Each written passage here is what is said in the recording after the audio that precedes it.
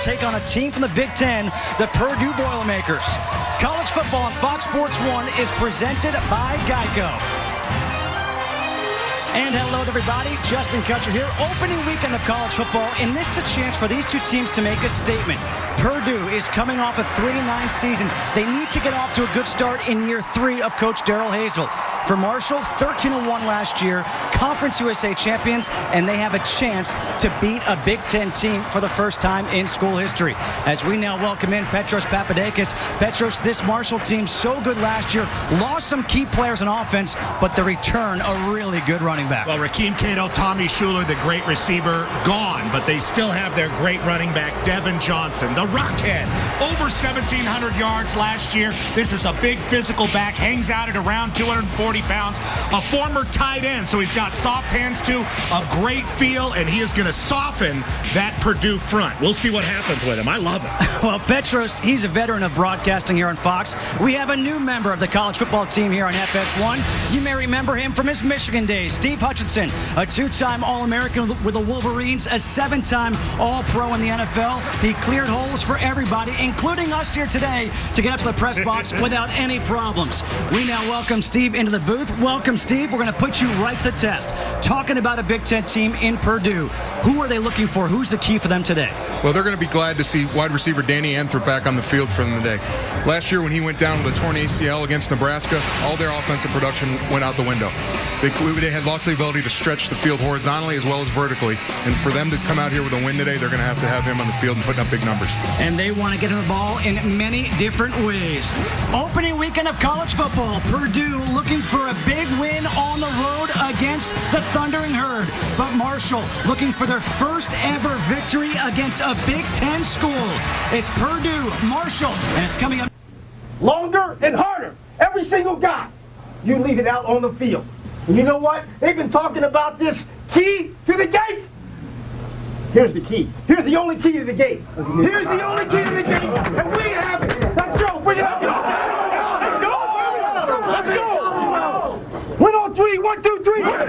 They talking about, let's get it, man. That is Darrell Hazell in his 3rd year as the head coach of Purdue, trying to get his team fired up, trying to get a big win on the road. Looking for their first non-conference road win since 2007 at Toledo. Doc Holliday in his 6th season as the head coach for Marshall signed a 6-year extension in the offseason. The guy who's from West Virginia knows how to recruit here to Marshall's done a fantastic job. Almost the perfect coach for this place. He really has a system and a foundation he's built. Marshall won the toss. They have deferred. Purdue will receive. Amaretto Curry to kick off. We're underway here at a sold-out Jones C. Edwards Stadium. And a touchback to open things up.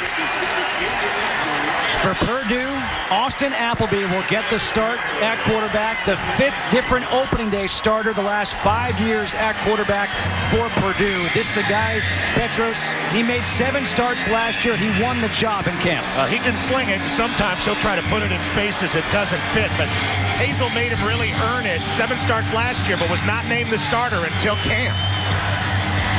The good thing for him, he's got an offensive line. All 5 guys started last year. They return this year. 4 wide receivers in on first down. DJ Knox in the backfield.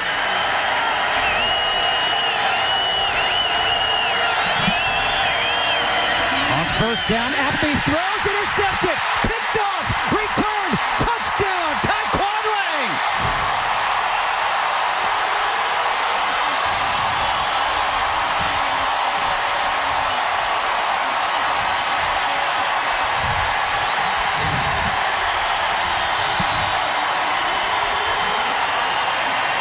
Well, that's about as good of a start for Marshall as you could have hoped for.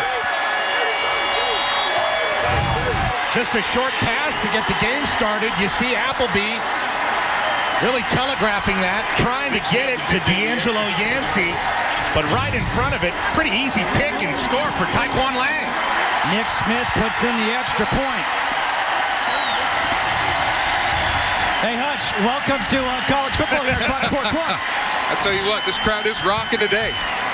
You know, you feel bad for that kid. First play, a lot of times what happens in the what happens in a lot of these meetings is you get these plays the night before, and you know what you're going to do mentally. You see yourself going out and running the play, and like Petro said, he telegraphed it, threw it right to the DB, and the rest is history. A 30-yard touchdown return on the interception for Taekwon Lang, and a quick 7-0 lead for Marshall. And Appleby just didn't see him, guys. He was looking, and Lang jumped the route. He thought Lang was going to go with another receiver. He didn't go. He read it all the way, and that was just a great heads-up play by Lang. And Appleby, a lack of vision in that situation. A little too much for the nerves in the first game, it seems. This sold-out crowd, first sellout here in Huntington since 2010 when the Thundering Herd took on West Virginia. Curry to kick off again. I could have sworn we just called his name. Same spot.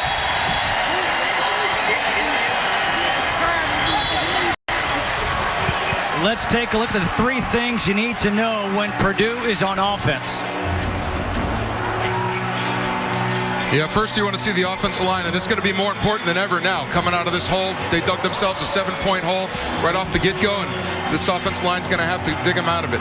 DJ Knox, Markel Jones, they're going to have to run the ball, settle down the quarterback. Appleby, after a bad start like we just talked about, and he's going to have to come out and maybe slow it down a little bit. On the other side of the ball for Marshall, DJ Hunter. He's the Moses, they call him, the 25-year-old linebacker. He's the veteran of the group, and let's see if they can keep this Marshall defense rolling. So we saw a pass on first down the last drive. This time a handoff to DJ Knox. And Knox still trying with his second effort. Not going anywhere. Joe Massaquoi with the tackle. Austin Appleby, a guy who his coach Darrell Hazel said he takes care of the ball, he makes the makeable plays. He completes his second pass of the afternoon. This one to his running back, Knox, who picks up 4.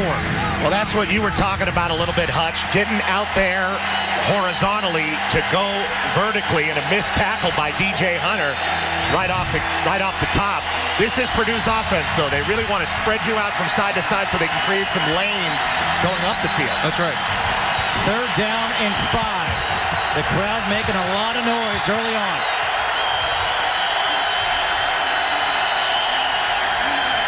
Appleby over the middle, completes the pass to D'Angelo Yancey, and Yancey gets the first down. That's a huge completion for Appleby. It might not look like it on the stat sheet, but for him to get that first completion down the field, settle him down a little bit. The offensive line did a good job protecting him, giving him some time. See the protection's well. Nobody's near him. He had time to see the window and throw the ball. 1st and 10. 2 tight ends in. Dominic Young in motion. The pitch out to Knox, who gets ripped down, and there is the flag. Looked to be a face mask against Evan McKelvey. Evan McKelvey, a big-time player for this Marshall defense. Very popular on the team. Did his ACL last year. Personal foul. Face mask. Number 31. 15-yard penalty. First down. Here you're going to see the pitch. You're going to see the offensive line pull out and get let out there by Big Sermon, the right tackle. And again, it's not much, but the penalty helps, and they're going to keep it on the ground until everybody gets comfortable. And now Markel Jones, the true freshman running back, has checked in for the first time. And a little toss to Danny Anthrop. And Anthrop gets upended out of bounds across the 45 to the 44, picks up 6, and Tavis Rowe with the tackle. Anthrop's the guy they want to get involved in the game however they can. He hasn't had a catch yet, but that was kind of a weird triple option look with the pitch out to a receiver. On 2nd down and 4, get it out to Anthrop again. He gets a block, picks up a couple more yards, sets up 3rd and short. Yeah, that's the situation they're going to want to be in most of the day.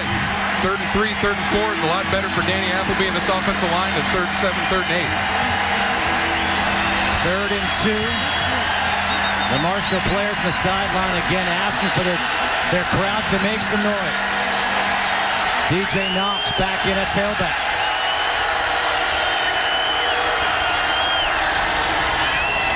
Appleby keeps it himself, and he runs for the first down. See a little pressure off the edge there for Marshall. You see DJ Hunter go for the bait with the dive, and Appleby took it around. Nobody on the outside to contain him. First down, Purdue. And he had the tight end, too. Jurasevich, if he wanted to pitch it out there. That's an old Oregon-style play. On first down, Appleby completes the pass to Trey Hart. But it's a loss of 1. And you're seeing a lot of horizontal movement from this Purdue offense. This is what they want to do. You're going to see some double moves in the second quarter later in the game. You're going to see them try to expose down the field, get this Marshall defense to cheat up. Blake Keller had the tackle for the loss on 2nd and 11. The handoff to Knox up the middle. And there's that offensive line creating a bit of a hole and letting Knox pick up 5. That's going to be their bread and butter play on the ground.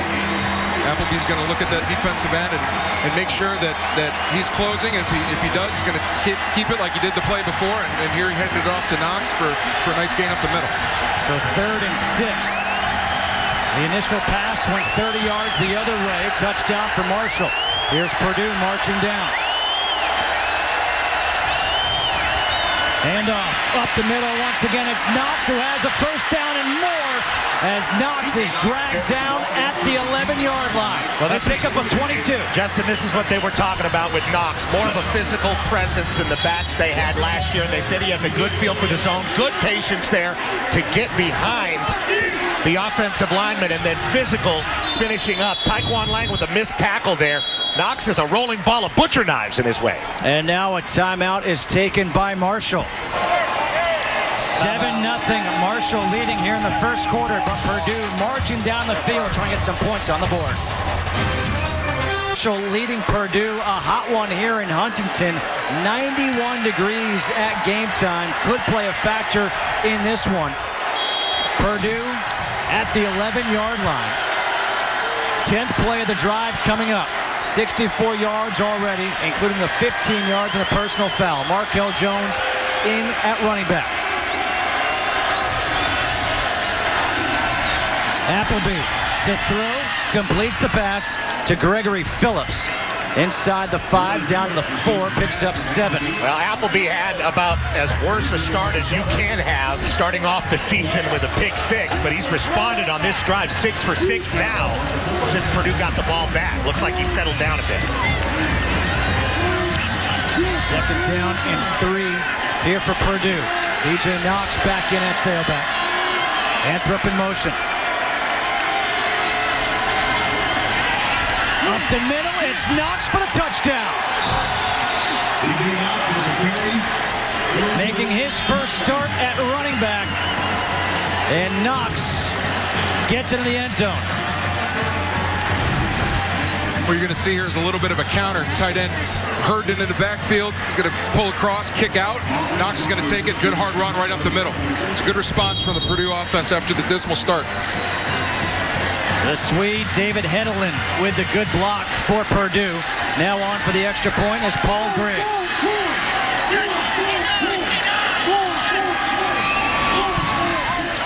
The kick is good. Not even 5 minutes in. We're all tied up here in Huntington. 7-7 Purdue and Marshall. Purdue coming in. Who would step up at running back? Well, DJ Knox did that on that drive. 4 carries, 33 yards, had the 4-yard touchdown. But a good drive by Purdue.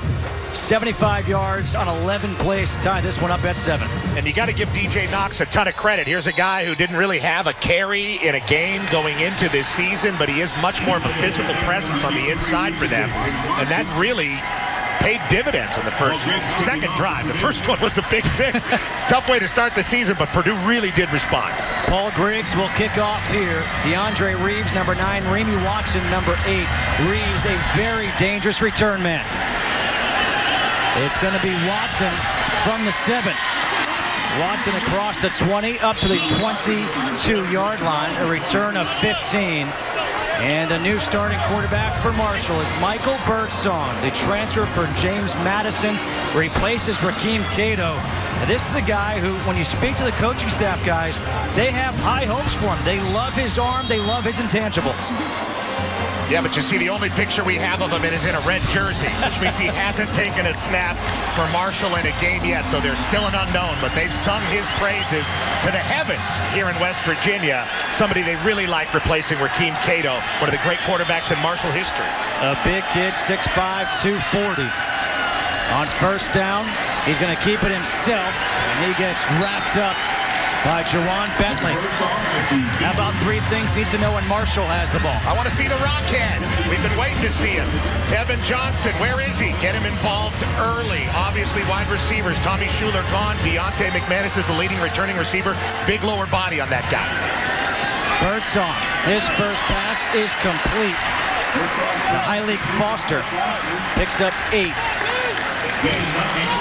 And Purdue defensively has got 2 very good corners. Frankie Williams out of Tampa and Anthony Brown out of Tampa. Both guys with a lot of starting experience between them. 7 years of starting experience between those corners. And in college football, you couldn't ask for better than that on the perimeter.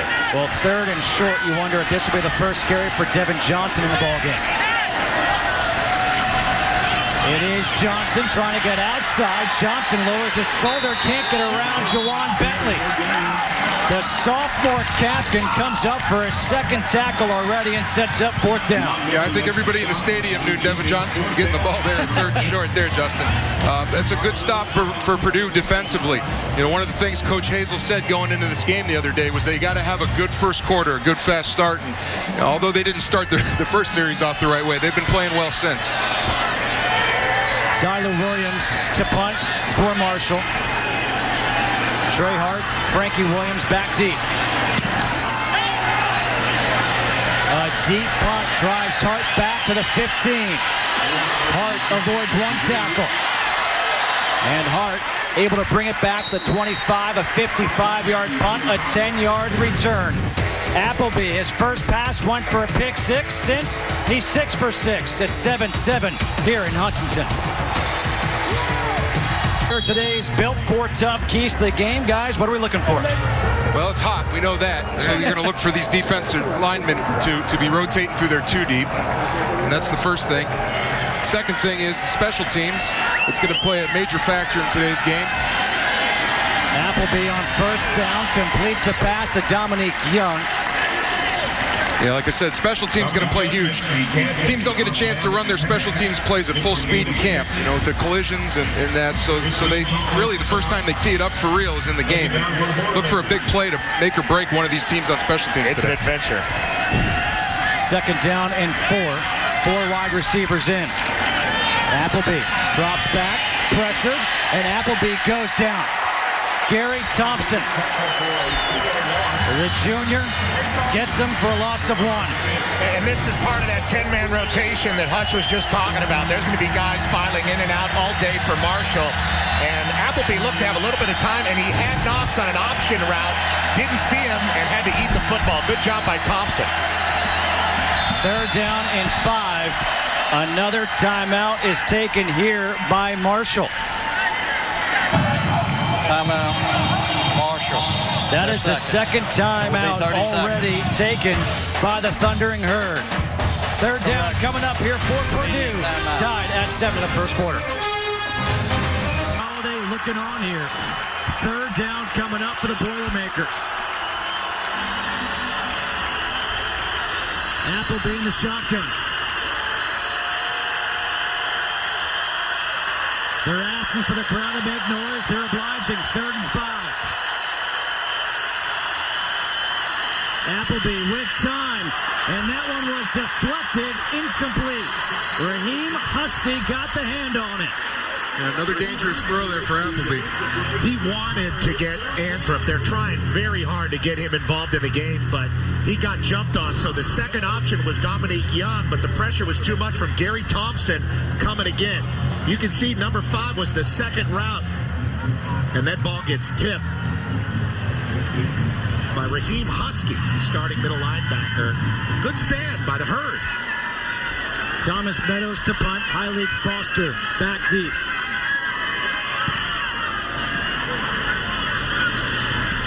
Foster does not take a fair catch and gets hit right away. A 43-yard punt. Maybe gets a yard on the return. That's part of the special teams adventure that Steve was talking about. You didn't have that kind of violence in camp, but we get it all the time.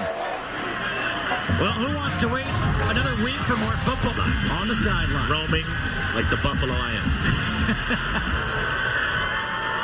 The first possession for Marshall went 3 and out. This time a handoff to Devin Johnson.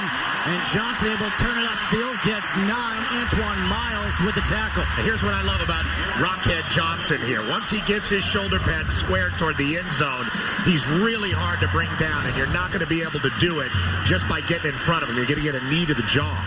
The numbers last year, fantastic. 6th in FBS and total yards on the ground. It's kept here by Birdsong. Birdsong's got some room. Birdsong can't escape the tackle by Robert Gregory, but picks up 38 yards. Justin, you know who made that play without getting the ball was Devin Johnson. See the respect he demands. All the defenders from Purdue crowded the line of scrimmage. Birdsong keeps the ball. There's nobody in the second level, and Birdsong's wide open down the field. This is a zone read look we haven't seen much from Marshall. Again, the zone read. Again, it's Birdsong keeping it. And Birdsong gets it up to the 19, picks up 6. And you wonder why didn't they have that look under Rakeem Cato? Well, he was a lot smaller, only a 6-foot guy and a pocket passer, very pure. Birdsong is a pocket passer too, 6'5", 242. But he runs the ball well, and he's got a great forward lean when he takes off. That's right. Talking to Doc Holliday the other night, he said he might be just as fast as Rakeem Cato. And when you got that size, why not use it? 2nd down and 5. Pump one way. Birdsong comes back to Johnson, the former tight end. Johnson breaks the tackle. The end zone touchdown.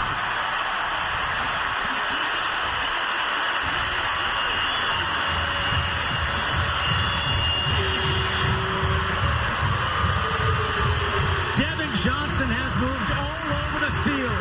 Petros, you said in the open, he's got good hands. Just showed off those good hands. No, they don't throw it to the backs a whole lot because they like their play action to be intact. But that time, Johnson came clean on the right flat and made a great play. Broke the tackle of Danny Izichukwu, the captain of the defense. Nick Smith on for the extra point. 14-7, Marshall leading. A 20-yard completion to the running back, Devin Johnson. You're going to see a fake bubble screen quick. Johnson's going to leak out. Hit it to him in the flat. Nice catch by the former tight end. Break one tackle, and then he's going to lay the wood. Oof, right there on Robert Gregory, the safety for Purdue for the touchdown. Poor Bob Gregory. He's going to have to look at that in film, but this is something you just don't see a whole lot from Marshall because of the play action. But that time, it was play action, and Johnson was the faker, and he ended up getting the ball anyway. It helps to have a guy with soft hands that used to play the tight end position. That's right. Devin Johnson, 6'1", 245. It's a guy who came in, they played him at linebacker, then they moved him to tight end, now running back. Doc Holliday says, yeah, it only took me 2 years to figure out he should be a running back. That makes you wonder, you know, who on what team is in the wrong position and could be a Hall of Famer. But usually everybody finds their spot. It certainly has happened for Devin Johnson here in Huntington, West Virginia. What a great back. What a great crowd as well. Sold out crowd, over 38,000 here at Jones C. Edwards Stadium. Curry to kick off. Anthony Brown, he will take a knee. They're legends, icons, and warriors. And starting Wednesday, two of the biggest names in the year there, Purdue will get the ball back at the 25. Austin Appleby, his numbers so far, but that one INT was on the opening pass of the game, and it went 30 yards the other way for a pick 6. Well, it looks right now like Matt Leinert's prediction in the pregame show of a shootout is coming true. Coach Wanstead doesn't like being wrong. It's going to be ugly in there. Guys, we talked about the Heat, how Purdue wants to kind of sub in their offensive lineman. Martese Patterson in at right guard for Jordan Reese. On first down, they'll swing it out to Anthrop. Anthrop got hit in the backfield. He stumbles forward, but will still lose a yard. And Tavis Rowe takes him down. It'll be a loss of 2 on the play. Yeah, offensive coordinator John Shoup still trying to wear out this Marshall defense by taking things out of the perimeter. You see a little swing pass out there. Doesn't go for much, but we're going to get this defense running as much as possible. Second down and 12. Markel Jones in that tailback. The handoff to Jones, the true freshman, able to move the pile forward. Up to the 28, gets 5. This Markel Jones is something special in the state of Indiana. Mr. Football in Indiana last year. High school stats are tricky, but man, 3,565 yards and 60 touchdowns in high school his senior year. They got to get in the ball. We just saw it. 3rd and 7. Raheem Husky again. Now the entire defensive line saying, make some noise, Thundering Herd fans.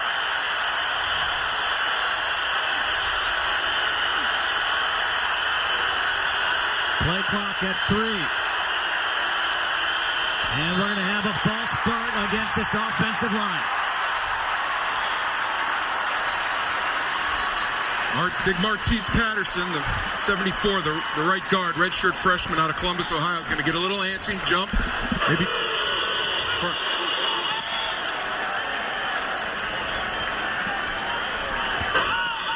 Prior to the false start, there was a timeout. Purdue. Well, there you have it. Darrell Hazel, sideline, able to save a 5-yard penalty right there. And this sold-out crowd here in Huntington doesn't like it. They thought they got their team a 5-yard penalty. Well, let's look at the profiles of these two universities. Purdue and Marshall. One was founded in 1869, the other one 1837. You love all this stuff, Petro. So you're wax poetic. To me, it really is a choice between coal mining or coal mining. It's basically what we got going. These are tough, hard-nosed universities that are great places for education. 14,000 apiece on the enrollment. You don't see that a lot. Very similar schools in that both guys are named John. Both are involved with coal and the same amount of students. After the timeout, 3rd and 7.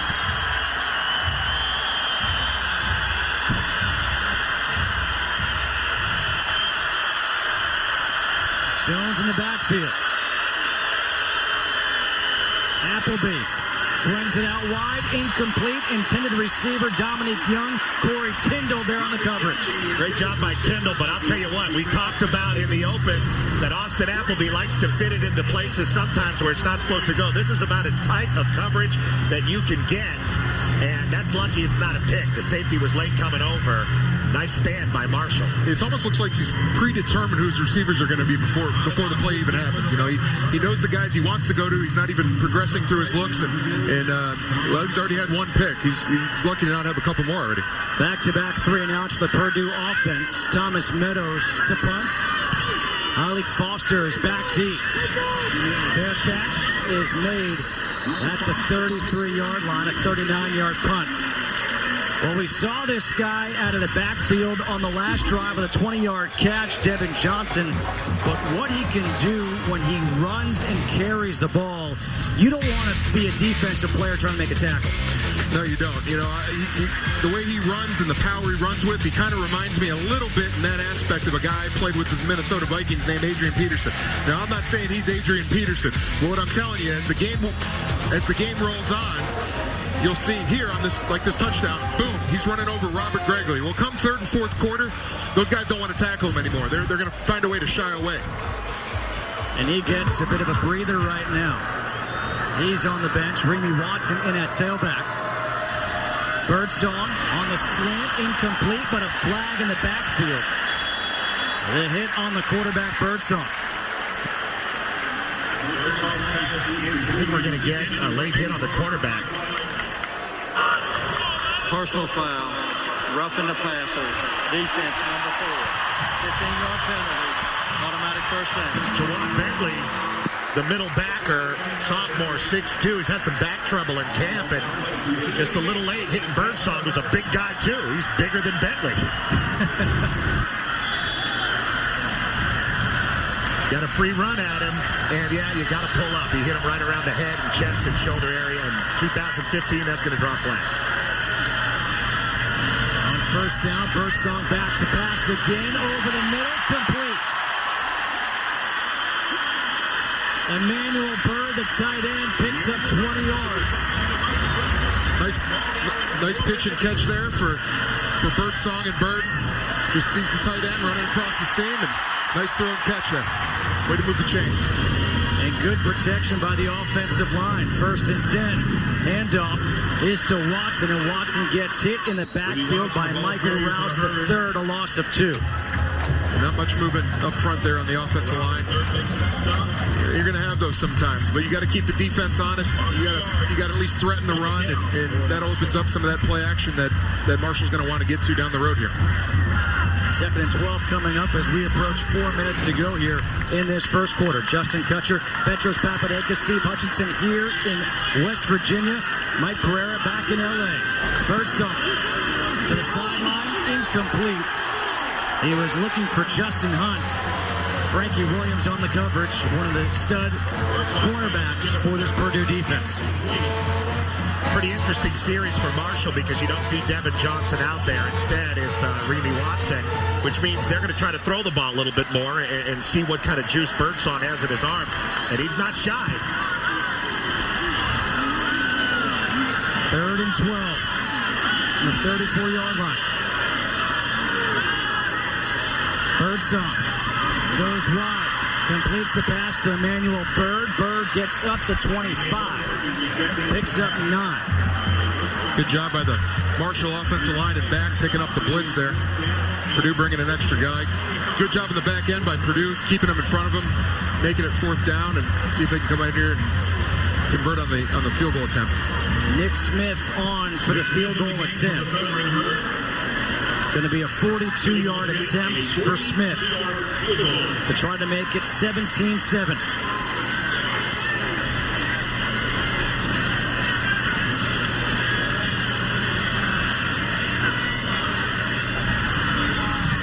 And the kick is up, and it is good. From 42 for Nick Smith, and Marshall has a 10-point lead. 3 minutes to go here in this first quarter. College football on Fox Sports 1 is presented by Geico. 3 minutes to go here in the first quarter. 17-7. Marshall leading Purdue. A 42-yard field goal by Nick Smith. Doc Holliday, he talks about how his team doesn't really fear anybody. They'll play pretty much anyone.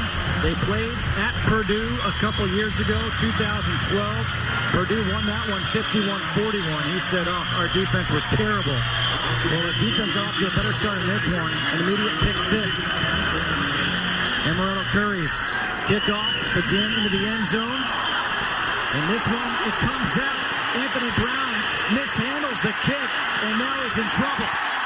Anthony Brown is down at the 8. You mentioned special teams being a key right there, and that's just one where he looks to be lackadaisical. Right. I mean, that's almost like a penalty, a holding call or something. You had the ball at the 20-yard line. If you'd have caught that clean in the end zone and took a knee, but flubbed the kick, and there he is, the 8. And that's going to come down to the 7-yard line. That's going to come back and bite him a little bit. It's good field position for Marshall's defense. And that second round he took really hurt him as well. I mean, you made this mistake, the ball's out, pick it up, now come forward and get the yards you can. When he tried to bubble, Hit the ground in the end zone prior to being touched by the receiving team. By rule, it's a touchdown. oh, there you go. there you go. I thought it might have hit his hand first. I'm with you. I thought it hit his hand first, too. Purdue dodges a bullet in that situation. Especially an offense that's gone back-to-back 3-and-outs. Let's see. I thought that got a fingertip. It's going to be hard to prove either way.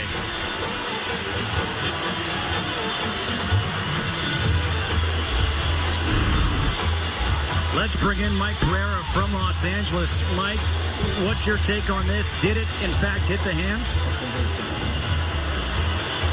Well, you know, as I look at the plays here in New York, it looks like it might have touched his left hand, which then, of course, makes it a live ball regardless of whether it hits the line or not.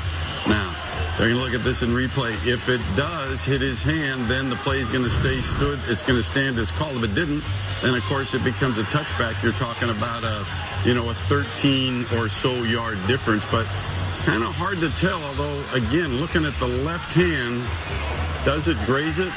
It looks like it might to me, so it'll be interesting to see. They're taking a long look at this. Is it conclusive? Is it conclusive enough, Mike?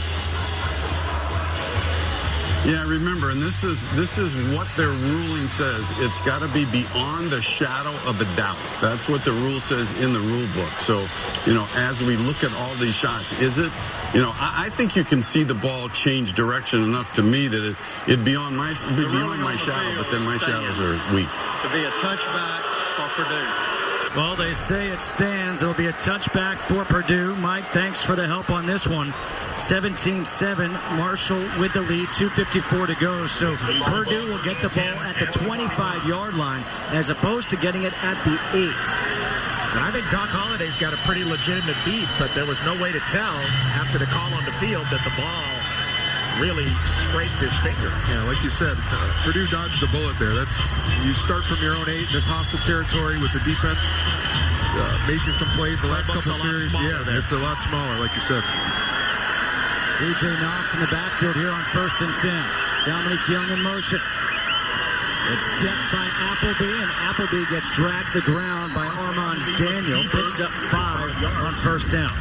Armand Daniel with the stop. You see Dominic Young there running what we call a ghost. He's running the route like he's going to get the reverse or the handoff on the jet sweep, but they use him as a decoy, and Appleby carrying it. That's a play you see Purdue hand off a lot of times last year to Appleby. Appleby in the shotgun. Posey in the backfield. And the handoff is to Knox, who gets hit right away by Steve Dillon, able to spin forward to still get a yard. Steve Dillon's one of the guys they really like. Out of Palmdale, California, came all the way out here to Marshall, adds a lot of experience to this line. Originally committed to USC, and once he gets his hands on you, you're going down. 3rd and 4.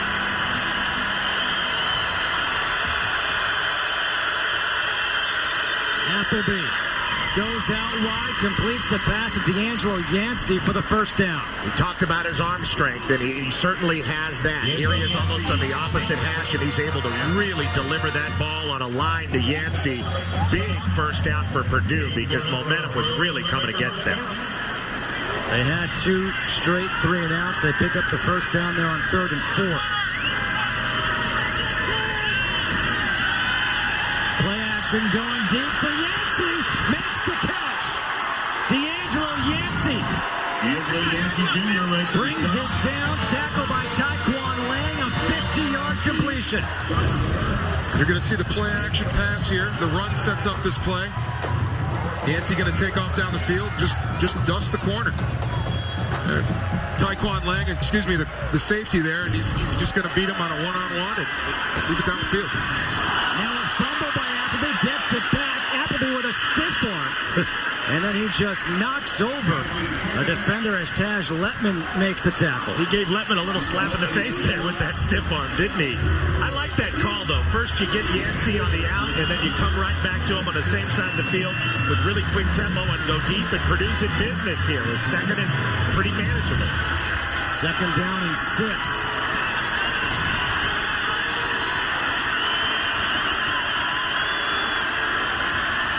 Young in motion. Kept again by Appleby. He gets rid of it. Input wide open touchdown. Look at the strength of Austin Appleby to shed the defender and get rid of it to a wide open Danny Anthrop. That was very Tim Tebow-esque there by Appleby. Well, first they go unbalanced to the other side, so they got kind of a soft field. You see the read and just get off me and throw to Anthrop. Really nicely done. Maybe not how they drew it up, but it looked kind of cool. Paul Graves on for the extra point.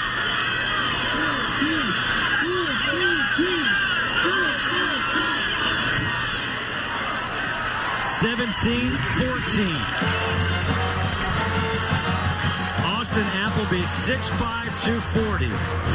Watch the stiff arm. You don't see this very often from a quarterback. No, you don't. Not when they throw the ball afterwards. I mean, that's a big hit. That was a great heads-up play, too, by Austin. I don't think he knew he even had the option to throw it there. He's getting close to the line of scrimmage and just saw Anthrop out of the corner of his eye and tossed it to him. And Blake Keller is going to hear about that forever, Justin. How about Anthrop, a guy who went down in Week 9 last year against Nebraska, tore his ACL, came back fall camp, and this is a guy, Hutch, you talked about him in the open, a key for the offense for Purdue, and he scores a touchdown here in the opening week. But a guy last year, when he was in the lineup, Danny Anthrop, number 33, they averaged over 28 points per game. Without him, 15. That is a big difference. Yeah, I talked about it a little bit earlier.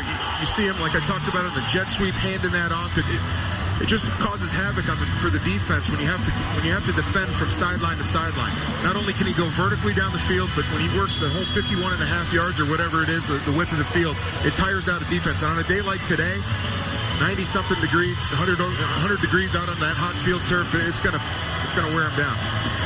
Ball Griggs to kick off. And this will draw the flag, and good field position for Marshall.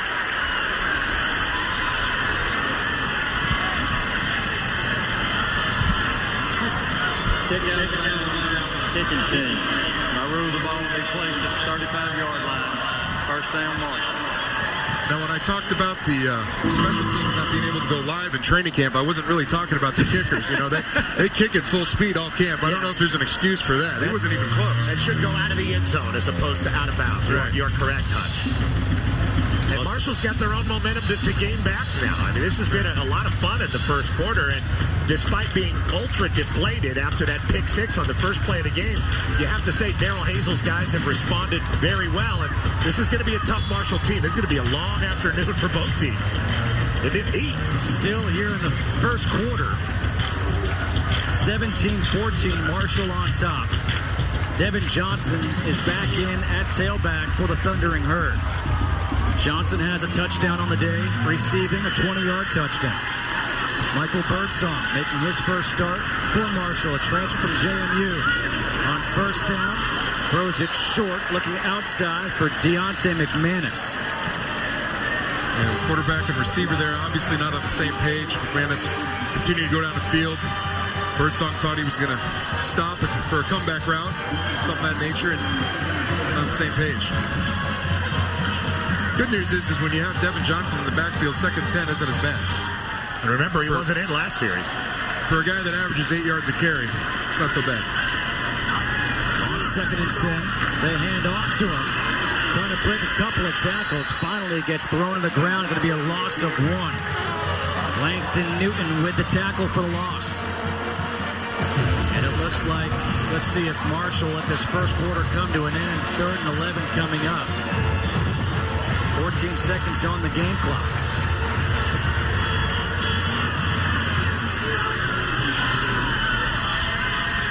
And that was just to see maybe if they can draw Purdue offside. And that will be the end of the first quarter. But a fun, exciting first quarter it was. Week 1 of the college football season at the end of 1. It is 17-14. Marshall on top of Purdue here in Huntington. Here in Huntington as Purdue trails Marshall 17-14 to start the second quarter. Justin Kutcher, Petros Papadakis, and Steve Hutchinson here at the Joan. A good first quarter, exciting, lots of points. But right now, the Thundering Herd facing a 3rd and long situation. A look at the stats from the first quarter. The rush yards are even. The passing yards, the big difference was that 50-yard pass play for Purdue. And you can argue that Purdue outplayed Marshall in their stadium with a sold-out crowd, except for the first play of the game from scrimmage, the pick six. Michael Birdsong making his first start with Marshall. Sat out last year after transferring from James Madison. Big kid, 6'5", 240 yards. 3rd and 11 here for the Thundering Herd. Devin Johnson in the backfield to open up the second quarter.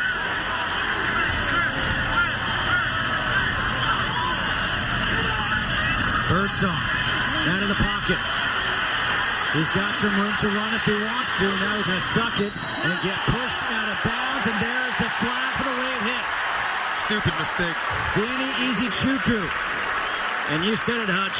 That's one where you cannot make that type of a mistake. Now, I thought Birdsong had a chance to get the first down if he didn't look downfield as much as he did, but when he finally decides to chuck it, Izuchukwu. Unnecessary roughness. Defense, number 11. 15-yard penalty. Automatic first down. They misidentified the tackler. They had Antoine Miles, but it was 36, Danny Izuchukwu. And he didn't look like he hit him that hard, but when the quarterback goes flying like that into the bench, you're always going to get the flag.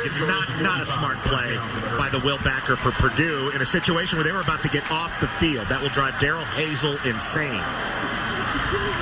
So now 1st and 10 as the ball goes all the way down to the 45 of Purdue.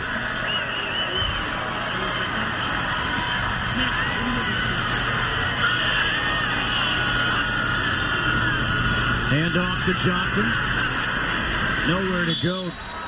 Good job by the Purdue defense. Back to the line of scrimmage. Evan Panfill with the tackle. We were talking about it a little bit. How are they going to delegate carries to Devin Johnson? He's a big guy. You want him there to wear down the Purdue defense, but you don't want to wear your back down for the entire season and give the ball 30 times. We were talking to offensive coordinator Bill Legg last night, and he told us 25 touches is about the sweet spot for Johnson. So we'll see how much he plays in this first half so they can get him ready for the fourth quarter of this game. They're going to need it. 2nd and 10.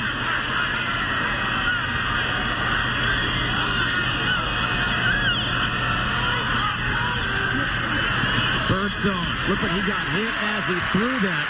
Completes the pass to Deontay McManus for 9. 3rd and short coming up. Well, you said it, Justin. Looks like he gets hit as he's throwing the ball, but you see the strength, the power of the arm of Birdsong. Might have clipped his hand a little bit there by Brian Watson, defensive tackle 92, but still able to deliver the ball with some strength and accuracy. 3rd and 1. Johnson territory. He's got the first down, breaking some tackles, and there is the strength of Devin Johnson up to the 20. It's a little bit like what I was talking about earlier. You start to see them defensive backs going low, not hitting them. You know, they don't want any part of his upper body. They want to go for those legs, and he's got the agility to step over that, keep his center of gravity, and keep going down the field. In the running back world, we call that the hand tap drill. You're able to use your hand as like a leg. You get it down there and you punch the ground, and it pops your body back up, and you saw it work perfectly there for Johnson. A 16-yard carry. Play action. And incomplete to McManus. A little bit of a scheme we haven't seen Marshall run yet this game. They pulled the right guard, Nathaniel Devers. Play action. It's a scheme they've run a lot in the past. The power, the counter, trying to get the defense to suck up the front 7 to open up the middle of that field. Just a bad throw by Birdsong there. 2nd and 10, red zone opportunity here for the Thundering Herd.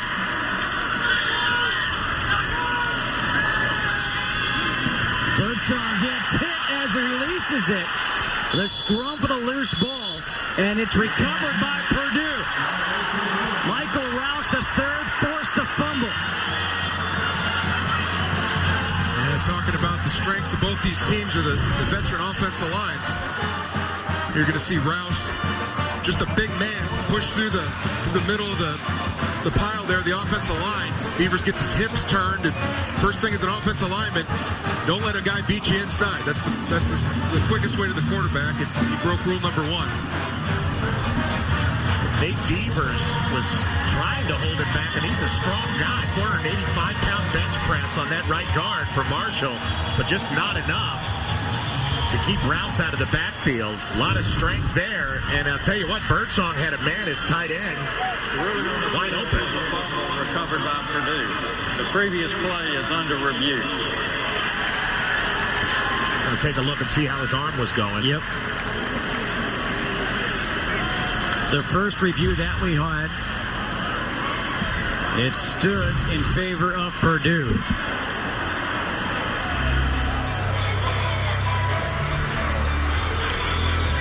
Looks like a fumble to me. I don't think his arm was going forward yet.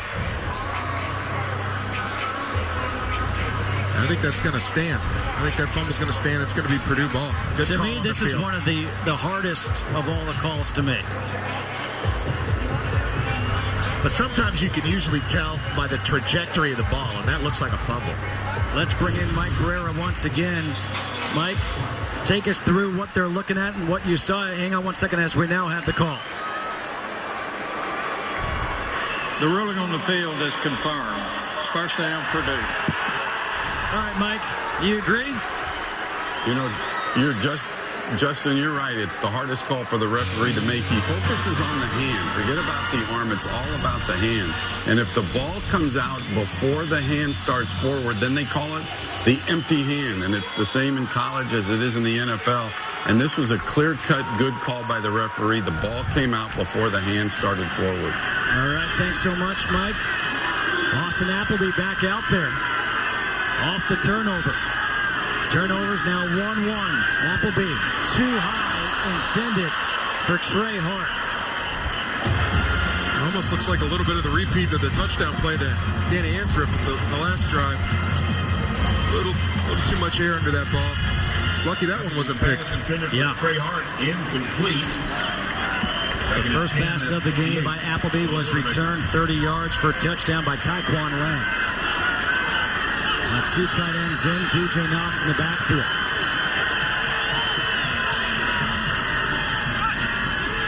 Appleby completes the pass to Mahungu.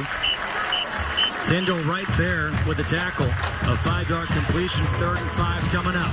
Mahungu, one of those guys they brought in as a quick fix for JC transfer. Out on the edge, Purdue needed some length on the edge and some strength, and that's exactly what Mahungu gave them on that play, pulling in that ball.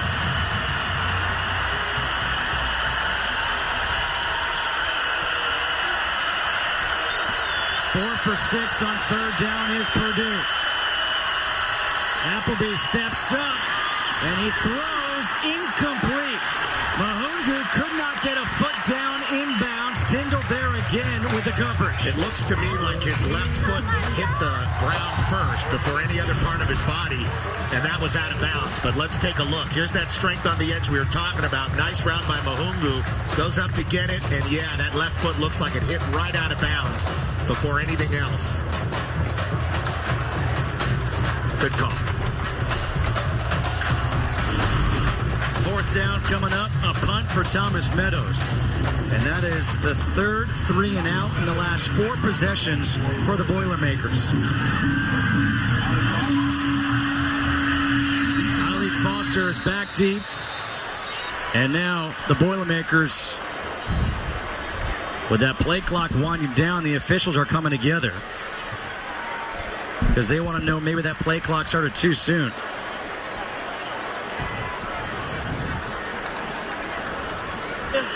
The previous pass is under review. The ruling on the field was an incomplete pass.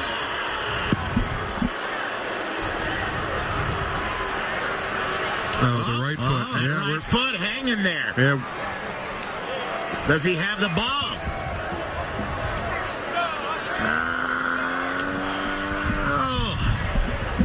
Pretty tight. There's good news today. We're the only FBS game going on, which means we have Mike Barrera watching each and every play of our game. This one under review once again. Since we have Mike watching, Mike, what'd you see on this?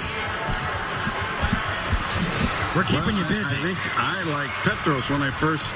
when I saw it with Petros first, I thought the left foot might have been down out of bounds, but the right foot touched first. But then the other element is you have to watch it all the way through the ground to make sure that he maintained control of the ball, which he did. So this is the most important. You can easily see that the right foot touches first. But now the question is, does he hold on? He's got possession. He's got clearly the left arm on the ball, hits the ground. Does the ball move? No. He maintains control. They'll reverse this to a catch, and that's going to take them a little time because now they have to reset the play. They have to reset the play and get the proper yardage and get set up.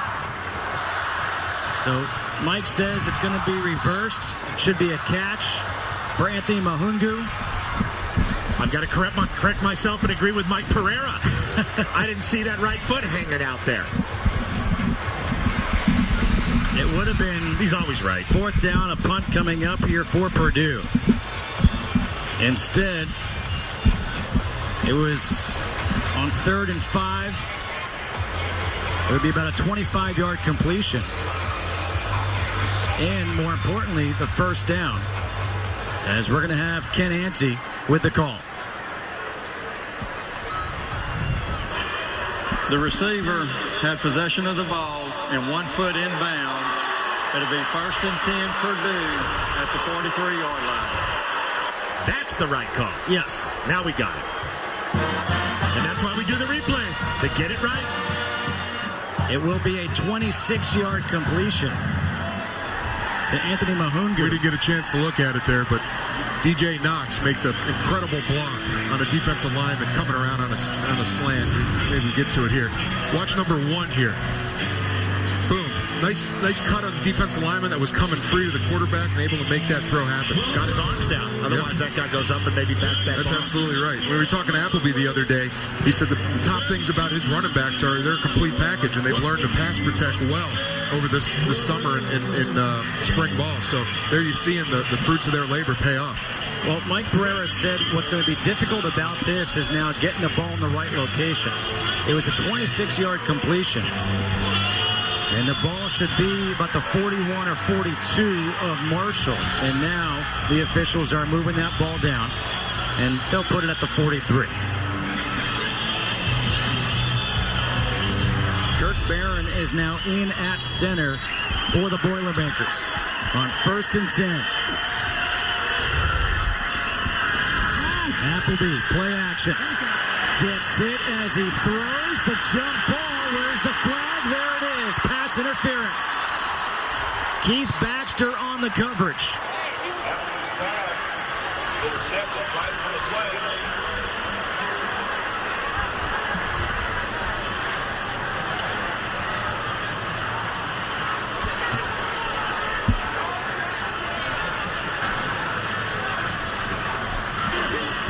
Pass interference. Defense. Number 11. 15-yard penalty. Automatic first down. The pressure was Devontre Tyler, number 51, coming in a little late, and that's what made the ball flutter. The interference is a pretty easy call.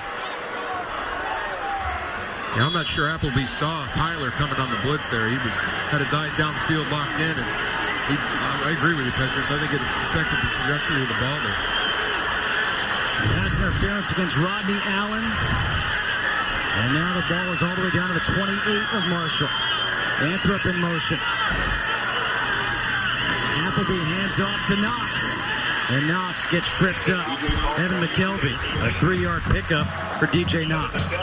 That's a play you saw Purdue run quite a bit last year. Put Anthrop in motion. If they're playing man, the guy covering him is going to go across the field, and they're going to give it right back to the running back on the short side of the field that Anthrop came from. Hopefully there's one less defender there. 2nd down and 7. Coming up on 11 minutes to go here in the first half.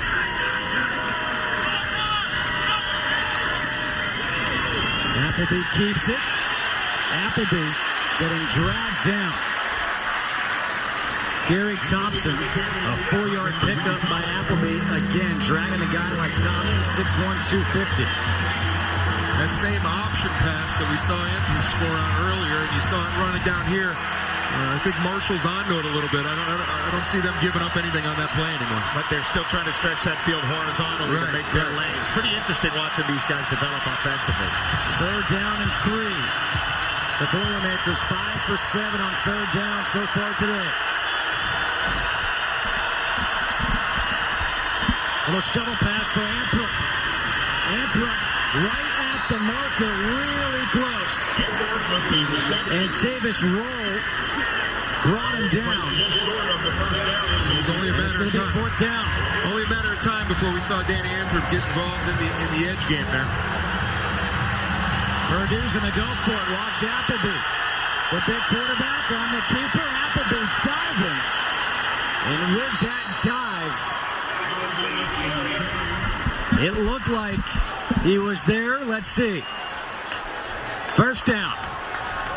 It's a play I wouldn't be afraid to run with either quarterback if I was the coach. A lot of strength in both these guys today. You have two linebackers that can throw the ball. They're playing behind center, and I would run that play. That'd be my first down call. Yeah. Quarterback sneak. They wouldn't see it coming.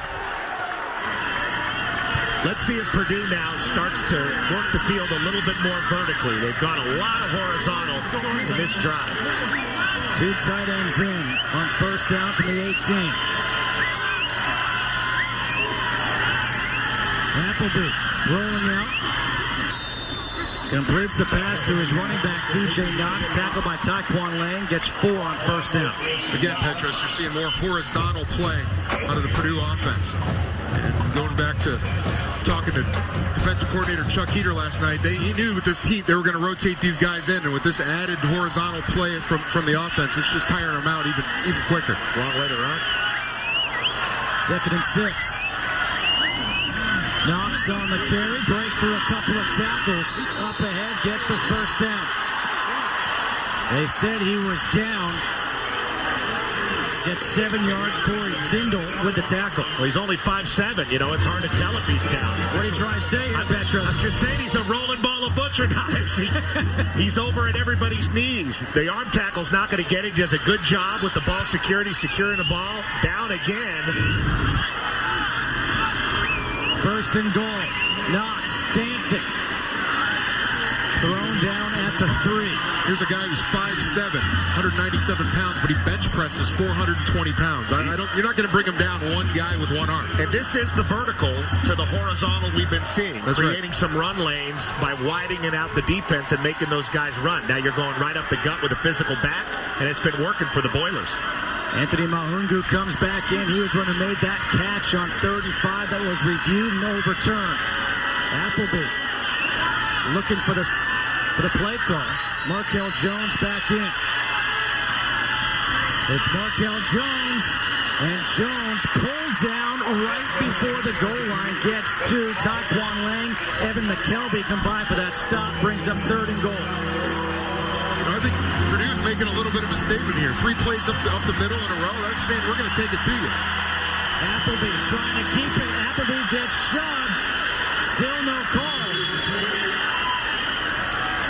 Touchdown. Austin Appleby able to push it in for the touchdown. Well, here it is. Hutch's base offense play for Purdue. The quarterback sneak on 3rd down, and why not? Appleby's a strong guy, and he's able to push that pile. And I think you're absolutely right, Hutch. I think Purdue trying to make a statement with their more physical players, both backs and the quarterback, really softening the line. You see a little help there by number 8, true freshman Markel Jones. Push, a little bit. Little push. Paul Griggs now on for the extra point. They never call that.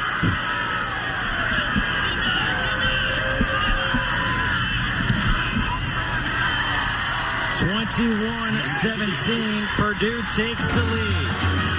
12 plays, 72 yards, the touchdown by Austin Appleby. Purdue on top. Football on Fox Sports 1 is presented by Geico. The Boilermakers now lead the Thundering Herd by 4. 7:35 to go here in this second quarter. Austin Appleby, he has settled down. The Purdue offense has settled down since that opening pick 6 on the first play from scrimmage. Paul Griggs to kick off. DeAndre Reeves, dangerous return man. He wants to return it, but instead he'll take a knee. Jeez, a lot of anxiousness. A scoring drive by Purdue. Don't forget they had that big play, 3rd and 5, that catch for 26 yards reversed to be a catch. That extended the drive. Appleby, the 1-yard touchdown run. And Hutch, it's pretty incredible to see what this team has done after going behind on that opening play. Right, I got to be honest with you. I'm very impressed by the way Purdue has handled the game since that first pick 6 play by Appleby. Starting out the first game of the season on the road in a hostile environment like we talked about, to be able to come back, settle down, and implement your game plan and slow the game down to the pace you want to play, and really start taking it to the Marshall defense is pretty impressive. Birdsong on first down. He will keep it. Dive forward. Picks up a yard. Jawan Bentley there for his 3rd tackle of the first half. You know, I couldn't agree more with the way Purdue has settled this game down, and they've done it by holding on to the ball. The last 2 drives, 12 plays, 72 yards, almost 5 minutes, a touchdown. Then 6 plays, 75 yards, 222. They've taken the air out of the ball. Birdsong's pass is hauled in by Heilig Foster, and now they're saying it came loose. The players on the field are pointing one way.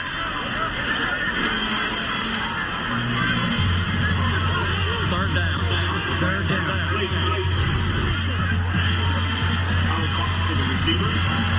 It's hard to tell there. Yeah, it looks like it hit the ground before he might have had possession. Birdsong, high pass, brought down by Devontae Allen for the first down. That's a big play right there for Marshall. Well, and they ran it fast, so nobody got a chance to look at that replay. These are some pretty dangerous throws by Birdsong, but he's threaded in there. Birdsong gets rid of it quickly again, this time to Emmanuel Byrd. And Byrd will pick up a couple as Frankie Williams stops him. We've seen a lot of him so far. Emmanuel Byrd, 6'3", 239 out of Albany, Georgia, a junior. They like him a lot. On 2nd down and 8, play action. Birdsong incomplete. Was looking for Deontay McManus. It seems like Marshall's stepped up the pace, put it in another gear in this series. I think they're going to want to keep the tempo up. And like we said earlier, Purdue's been dictating the pace of this game so far to this point. I think Marshall's had enough of it. Now facing a 3rd and 8. They just had a big 3rd down conversion. Can they make it 2 in a row?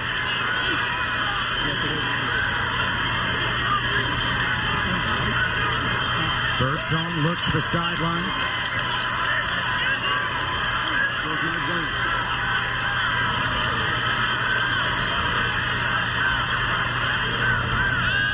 On 3rd and 8, Birdsong gets sacked, taken down. Antoine Miles, a loss of 6. We saw the offense for the Boilermakers step up. Now the defense does. That's a huge play by Antoine Miles there coming off the end. Got a little hold there while he's at it, but he's able to fight through, make the sack. Looks like he beat Nathaniel Devers there on the inside move. Tyler Williams on to punt for Marshall.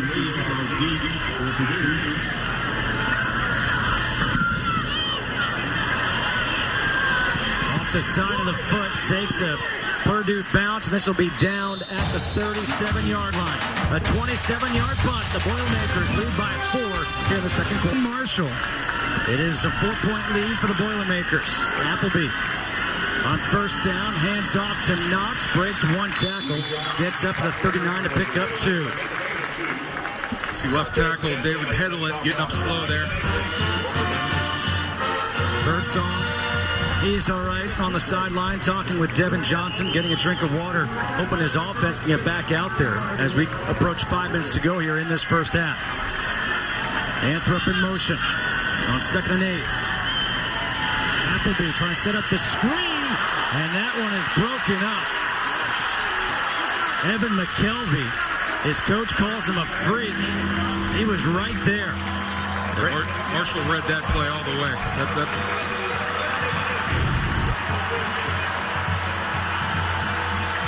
They get the rush. Appleby buying time. Like we said, Evan McKelvey wasn't fooled at all. Looks like he might have had the back of man-to-man, which helps. Eyeing him the whole time. A big 3rd down for the defense of Marshall. 3rd and 8.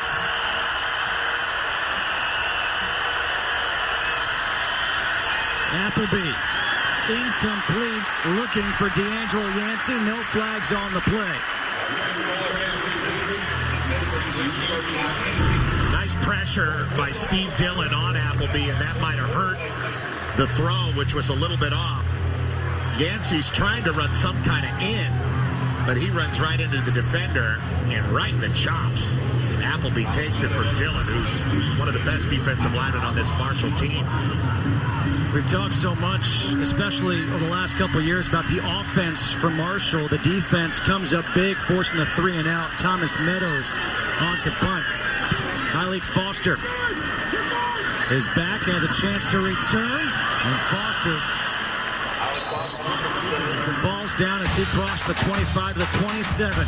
The Marshall offense coming back. when we come back. Foster going into the locker room right now for Marshall. He fell down on that punt return, and the reason why he fell down, guys, you could see it. All of a sudden, his legs start to cramp up on him, and he can't run anymore.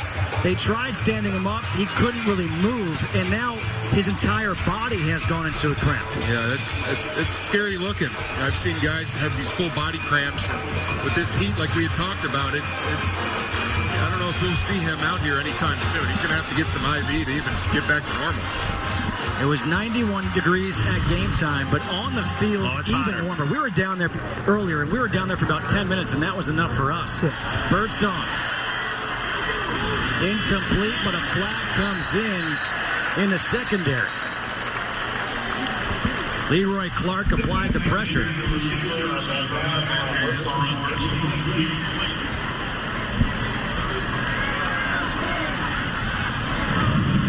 Pass interference. Defense, number 24. The ball will be placed at the spot of the foul. Automatic first down. That's against Frankie Williams, one of the captains of this team. And he's a very physical corner. He's going to get right up on you. You see him there on the slot. Gets that hand. They made it easy for the ref to see from all the way in the back, defensive backfield there. Ramey Watson in at tailback for Marshall. First down, handoff to Watson, gets through. Watson across midfield, dragged down at the 44 of Purdue. The penalty and that run play by Watson are the two best things that have really happened for Marshall this quarter. This is their sixth possession. And now they're going to hurry up. They hand off again to Watson as he gets up to the 42 to pick up two. Shane Henley with the tackle. And remember, we were talking about Devin Johnson and his workload. He's only got 5 carries. He has the touchdown catch, but only 5 carries in this first half. He should be fresh for the second half, and Watson looks like he's running it pretty well right now at 5'11", 207. Johnson not even on the field. Second down and 8. Play action. Birdsong takes the shot of double coverage, and that one is tipped by Leroy Clark. Dangerous pass by Michael Birdsong. Yeah, very nice recognition by Leroy Clark to get over and slap that ball away.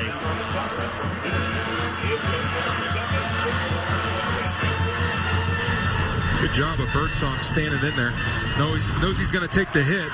Delivers the ball. Pretty good throw. Good job by the defensive back.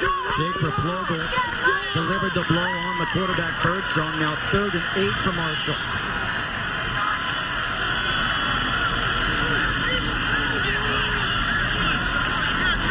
Play clock down to 5.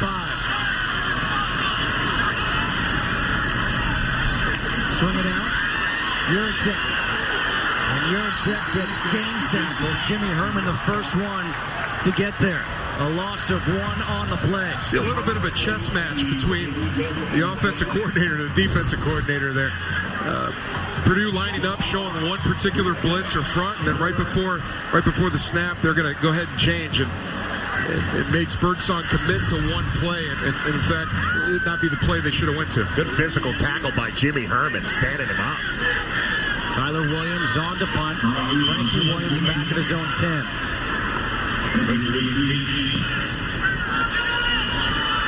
Williams just comes up. This one, a good punt, will be down at the 5-yard line.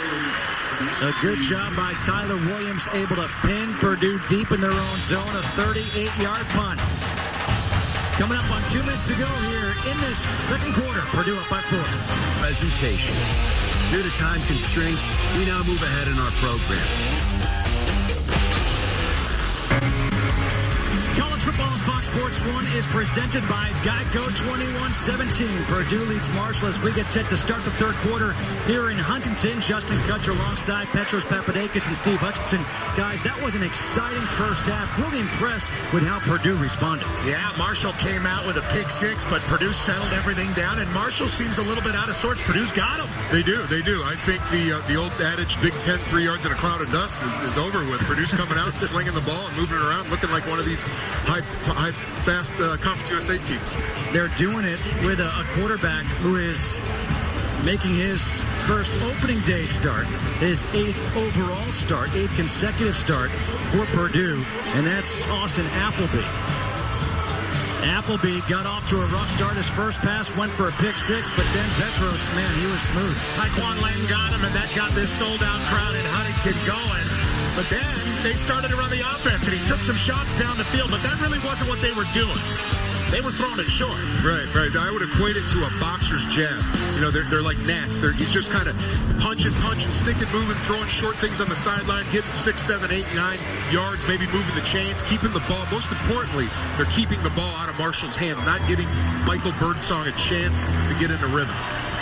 It will be Purdue kicking off here to start the second half as Marshall won the coin toss and deferred. So Paul Griggs will kick off. And back deep, DeAndre Reeves, a guy who is so dangerous as a return man with Ramey Watson. The question is, will he get a chance to actually return one? Reeves, number 19. And Reeves will get a chance from the goal line. Straight up the middle. Reeves, he is down at the 29-yard line, a 29-yard return, as we take a look at the first half stats. And really look at the difference in passing yards and time of possession for Purdue. Yeah, Purdue's really been able to work it down the field and short like we were talking about. And I think Marshall, even though they have 80 rushing yards, they got to find a way to get Devin Johnson. Yeah, that 80 yards rushing by Marshall is actually surprising to me. They snuck up on that 80. I don't remember them having enough chunks of yardage to get that. I mean, that's how quiet their offense has been in the first half. Well, Hailey Foster, who left that first half with cramps, he is back out there right now on the field for Marshall. Foster, number 2. In the backfield is Devin Johnson, the guy you guys just talked about. But it was Birdsong who led the team in rushing in that first half with 36 yards. Johnson just 24 yards on 5 carries. Here is Johnson, first play of the second half, and he gets tackled in the backfield by Jake Replogle. Great job by Jake Replogle. Rushing up through that gap there. I don't know if it was a missed assignment or he just beat the guy off the ball. But he was in there quick. You see him, they do a shift, but he just ran up the B gap and ran right into the runner. Got lucky there. Birdsong to throw on second down. And the flag comes in. It will be pass interference against Anthony Brown. Deontay McManus, the intended receiver. And, they're calling it both ways pretty tight in this game. We complained about a call in the first half. Pass interference. Defense, number 9. Ball be placed at spot of the foul. Automatic first down. And this is a guy that knows what he's doing in Anthony Brown. 3rd year starting, and this is just very, very tight coverage. McManus being physical in his own way. 15-yard penalty. Automatic first down. That's kind of a tough call, but he was hugging him a little bit. I like the physicality of it. I don't like to see these tit-for-tat penalties, but at least they're calling them both ways. Well, now that ball gets moved up to the 40. Opening drive of this second half. Birdsong with time. Steps up over the middle, and it's bobbled incomplete. Hailey Foster. It's unfortunate there. There was a good route. Had the coverage beat. Birdsong stepped up. Good protection by his line. Threw a dart right in the chest. And can't ask for a better throw than that. Luckily, they hit those shoulder pads first. So second down and 10 here for the Thundering Herd.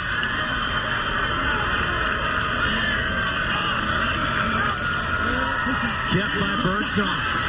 And Birdsong got hit. Looked like he was trying to slide, but Robert Gregory came up and delivered the hit. I know it's a big quarterback, but they're starting to put him in some pretty precarious positions. This ball needs to go to Devin Johnson, and instead it's taken by the quarterback. Maybe that's the right read, but it's taking carries away from the guy that really needs the ball to get this Marshall offense going.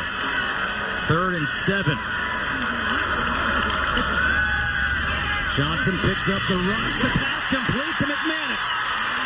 Deontay McManus brings it down, takes it down all the way to the 30, a 27-yard completion on 3rd and long. And check out Devin Johnson with the nice block against Jimmy Herman. If you're not going to get the ball, you got to do something to help your team, and that's what was able to let Bird Birdsong throw the ball down the field and get it to McManus. A big play for a wide receiver. We haven't seen a lot of those for Marshall. They need more in the second half. And now Robert Gregory, number 7 for Purdue. The free safety is down. Gregory was the player who delivered that hit on the quarterback Birdsong just a couple of plays ago. Hey, we were wondering when you were going to see Deontay McManus get involved in this Marshall offense. Here's a guy that's a strong player. The NFL.com is honestly listed him as number 4 strongest college football player in the country. I mean, guy benches 450 pounds, squats over 5. And this is a receiver we're talking about. And so if you're not going to give it to Devin Johnson from the backfield, you better be feeding the ball to number 4. Well, and that's really one of the interesting things about Doc Holliday's Marshall team. It was really a strange thing, Ryan Juracek's ability to play tight end and create some depth a couple years ago that really enabled Doc to move Devin Johnson, a tight end, back to tailback, and Deontay McManus, a tight end, out to wide receiver. So they got a pretty good system, and when they create depth, they can experiment with some other players. And look, they got their best receiver and their best running back out of that. Brandon Roberts, number 1, has come in, replacing Robert Gregory. 1st and 10 here for Marshall. Birdsong again finds McManus. McManus up the 22, tackled by Anthony Brown, picks up 8. 2nd and 2 coming up. This is a wide-bodied player. Yeah, he uses it well after the catch. And you can see how big that catch was the play before, because now it seems like Marshall has some rhythm and some confidence offensively.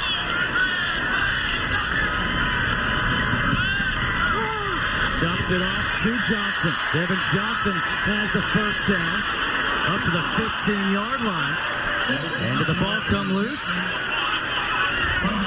It was a fumble. It's recovered by Purdue. Huge break for Purdue. Second fumble lost by Marshall in this game. It's just one of those simple Forward routes. progress is stopped. 2nd down. Well, they're gonna take it back, Justin. They're gonna run it back. They're saying his forward progress was stopped and it wasn't a fumble. It was Jimmy Herman that forced it. And this is not a reviewable play according to Mike Pereira. Forward progress for Johnson was stopped, and that's a tough call because he has a big back who's gonna push forward. 1st down. The runner was forward progress is stopped prior to the ball being stripped out. It's first. The result of the play was a 1st down. I wouldn't like it either if I was Darrell Hazel. Well, regardless if it's a fumble or not, you see Marshall taking a play out of Purdue's offensive playbook here. They're using the short passes to open up the run game, softening up Purdue's defense. And it's too many guys stacked inside by the line of scrimmage for Marshall to try to get this running game going with Devin Johnson. So they're doing the opposite approach. 1st and 10 from the 15 here for Marshall after catching, I think we'd all agree, a big break. Can they capitalize now?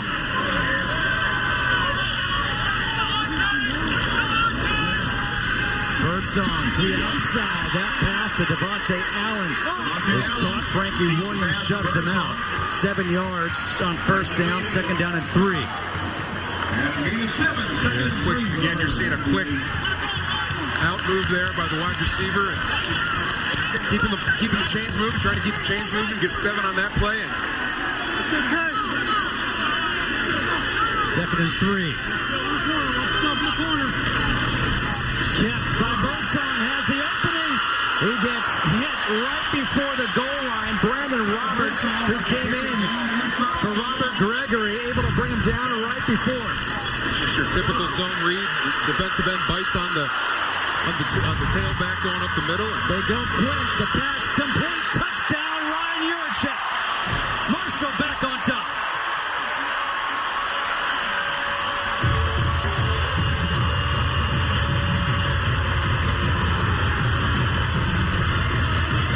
They get a break.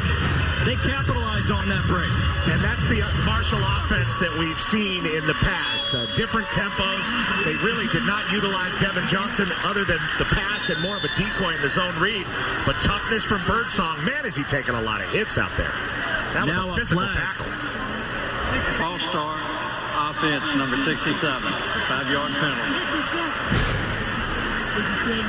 You talk about a quarterback, Michael Birdsong, that hasn't played a game in over 21 months. Well, he's going to feel sore tomorrow. Nice pass. Like you said, He's not wearing the red jersey anymore. Right. That's apparent. But Purdue didn't get the memo. One of the two. Nick Smith after the penalty. The extra point. It's good. 24-21. Marshall back on top over Purdue. Birdsong took the hit, stopped at the goal line, but then they get it in quickly. Ryan Juracek, the tight end with a touchdown. In Huntington, West Virginia, Marshall, the Thundering Herd, playing in front of a sold-out crowd, 38,791, third largest crowd ever, looking for their first ever victory over a Big Ten team. They lead by 3. Juracek on the phone saying, "Can you hear me now?" Yes, because they just scored a touchdown. The return, Danny Anthrop from the 5. Anthrop up to the 30, taken down at the 31, a 26-yard return. And this Tuesday, the one and only Colin Coward has won with the Herd, the Thundering Herd, playing right now the only game on across the country. Nice. Austin Appleby back in there at quarterback. On first down, the handoff to DJ Knox. Knox with a move and a cut. Gets up to the 35.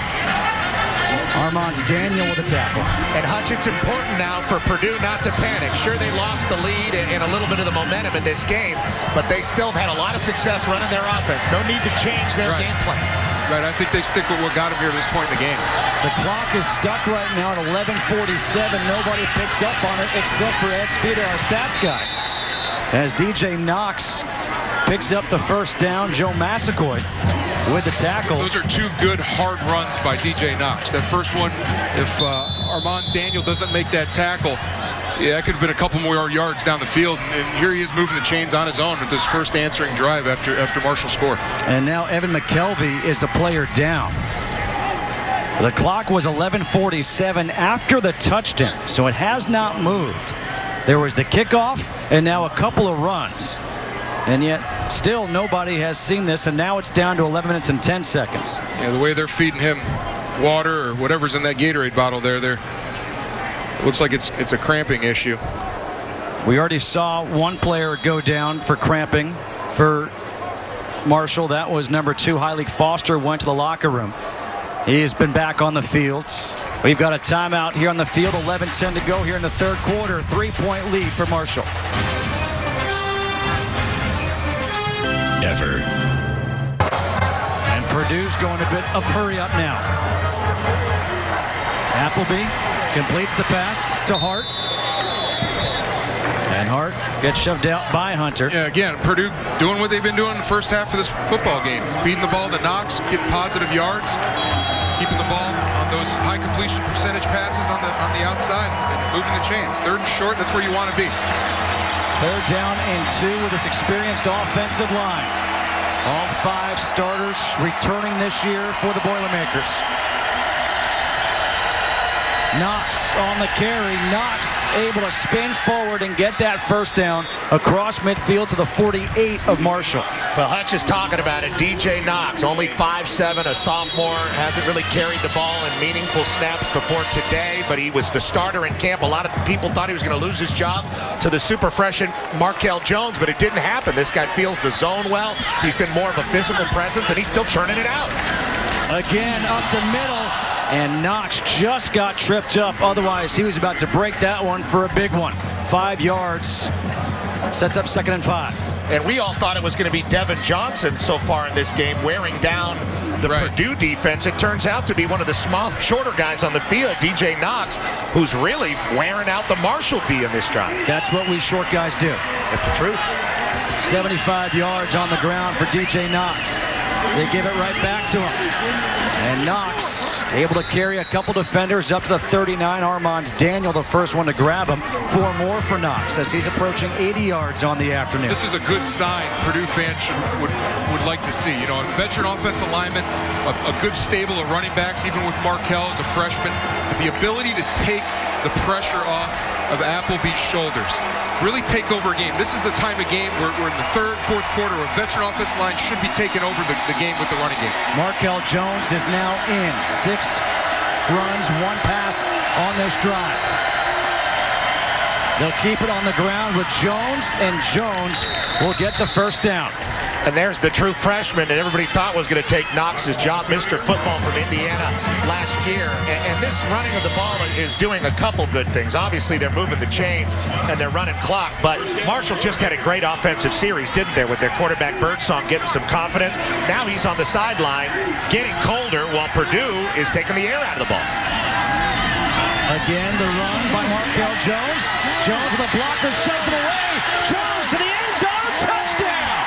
Markel Jones, the true freshman, 36 yards. You're going to see here on the replay, center Robert Kugler getting out. The big man, 6'3", 294 senior from Pittsburgh, getting out and leading the way. Markel Jones, just like an old vet, just push the old lineman out of the way. You know, that's the way they look at it. It's just a roadblock, and he's going to go ahead and score. Outstanding run from the true freshman. Turn the hips of Taj Letman, something fierce. Paul Griggs now on for the extra point.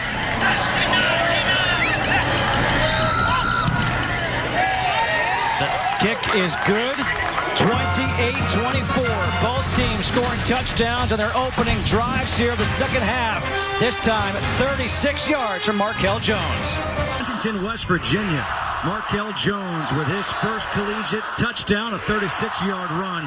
Look at that, 67 rushing yards of 70 yards on the drive for Purdue. Kicking off will be Paul Griggs, DeAndre Reeves, Remy Watson back deep for the Thundering Herd. The We Are Marshall chant going on here with 38,000 strong. Reeves, 5 yards deep, will take a knee. On that last drive for Marshall, we saw Michael Birdsong begin to settle down, and he kind of took over for them. Yeah, you see him running, like we mentioned. You see him running, taking some shots. Here he takes a shot, and then he goes on the goal line, he gets upended. Then you see him make the nice throw here for the score. But you're talking to offensive coordinator Bill Lang. You know, their offensive philosophy is to attack the defense where they're their weakest. And so what he's doing is, you can tell Birdsong's making the right reads, even though he's keeping the ball and taking some shots. That's the right read, and it's paid off for him on that last drive. That being said, they still have to get Devin Johnson the ball a little bit more, so he's in a better rhythm for the fourth quarter. You're absolutely right. I can't figure out why he hasn't gotten the ball. Well, I can tell you what, he won't get the ball here because he's out. Remy Watson's in. It's Watson who gets the ball. Watson had the hole up the middle, and he is up to the 36-yard line. 11-yard run, gets the first down. This is starting to look more like a Big Ten game somewhere in the Midwest, right? I mean, running the ball. And I guess that's, again, the coordinators protecting their quarterbacks. And if you have the offensive line and the running backs to do it. Hand off again to Watson. Tries to jump over his own player. It's hit by Jawan Bentley, a loss of 1. Bentley now with 5 tackles on the day, 2 for losses. And a player is down. That play is Danny Izichukwu, the will linebacker for Purdue. We talked about the heat. We've seen a couple of guys go down with some cramping. Yeah, this is typical for a first game. Obviously, the weather's hot. With Izichukwu down, guys, you were talking about trying to get Devin Johnson the ball more, get him involved, but he's not in.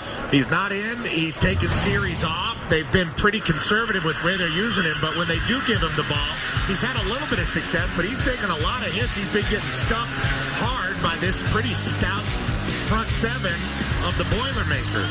Now, that being said, this is a 1,700-yard back from last year, and you can't just give up on the guy if he doesn't have a few positive carries. You have to continue to feed that beast so he's really ready to eat in the fourth quarter. It's been very interesting how he's been used with only 6 rushes. Right, but you got to remember, Petros, when did they have success throwing the ball on those seams and getting down the field in that last drive? When they were, using him as a decoy. So even though he's not getting the ball, his presence is being felt by the Purdue defense having to respect the fact that he can't. Speaking of Purdue defense, Andy James Garcia, number 42, has come in for the injured Danny Izichukwu. 2nd down and 11 here for Marshall, trailing by 4. Both teams trying to make statements here in their opening game of the 2015 season. Michael Birdsong making his first start with a thundering herd. Looks over to the sideline for the play call.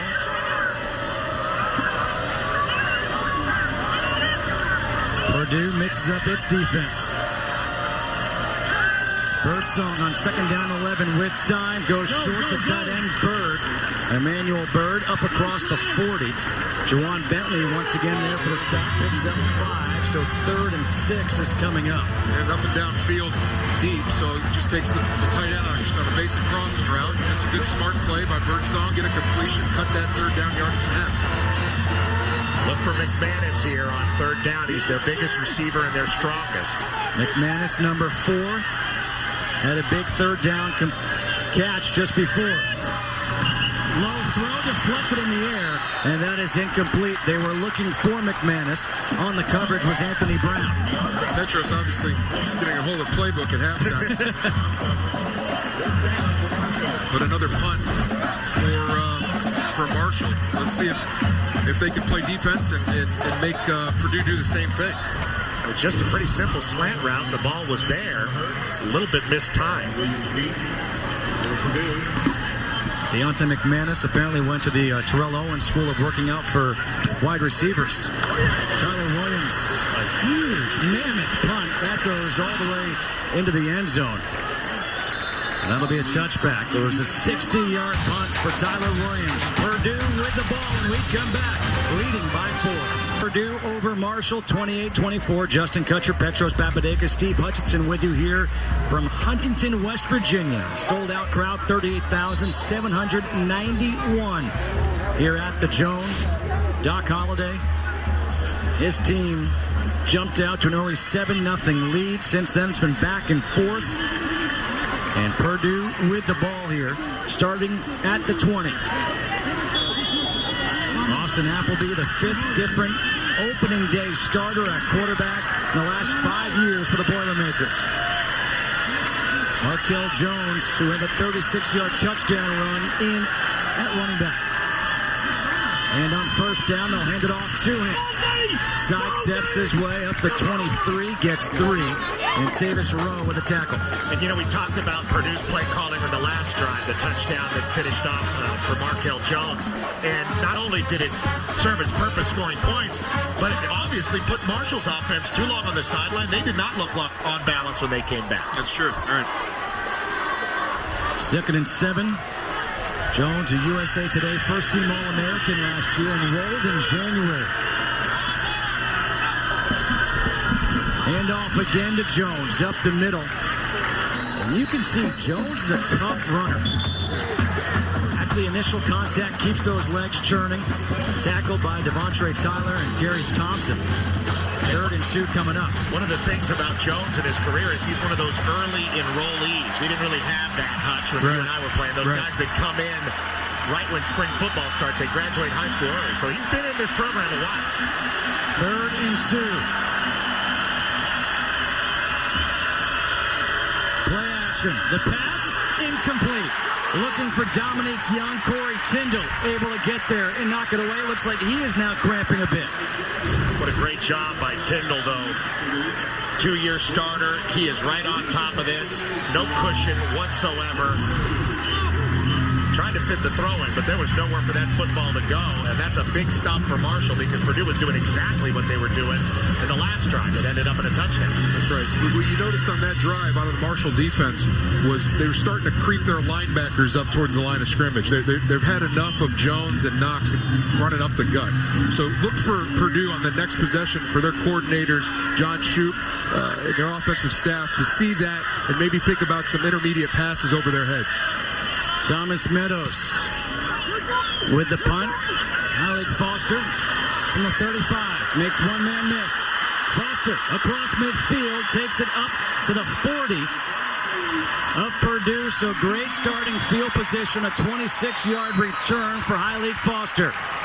Well, it's the first trip ever for a Big Ten team to Huntington. So what do? You have to go, well, the Hillbilly Hot Dog. Try out the home wrecker, right? Due to time constraints, we now move ahead in our program. College football on Fox Sports 1 is presented by Geico. 1-point game as we go to the fourth quarter. Frankie Williams, the man who punched that ball away from Devin Johnson to force the fumble. But what a crazy final 2.5 minutes of the third quarter. 3 turnovers, a missed field goal, a 1-point game as we start the fourth. And it's 2nd down and 3 for Purdue. Anthrop in motion. Handoff to Markel Jones. And Jones able to get to the 35. Looks like he's got the first down. DJ Hunter with a tackle. Yeah, you look at Purdue's third quarter, 15 runs, 3 passes. No surprise, or they're not trying to fool anybody what they're trying to do. They're trying to wear out this Marshall defense, keep it on the ground. Again, I know I keep saying it, but as little as Austin Appleby can do to shoulder this game, that's what they want. On 1st and 10. Handoff, Jones. And Jones will pick up 2 yards. Gary Thompson with his 5th tackle of the game. For those of you who joined us late, we'll catch you up on what has happened.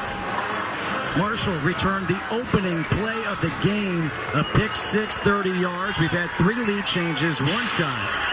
And 3 turnovers in that last 2.5 minutes of the third quarter.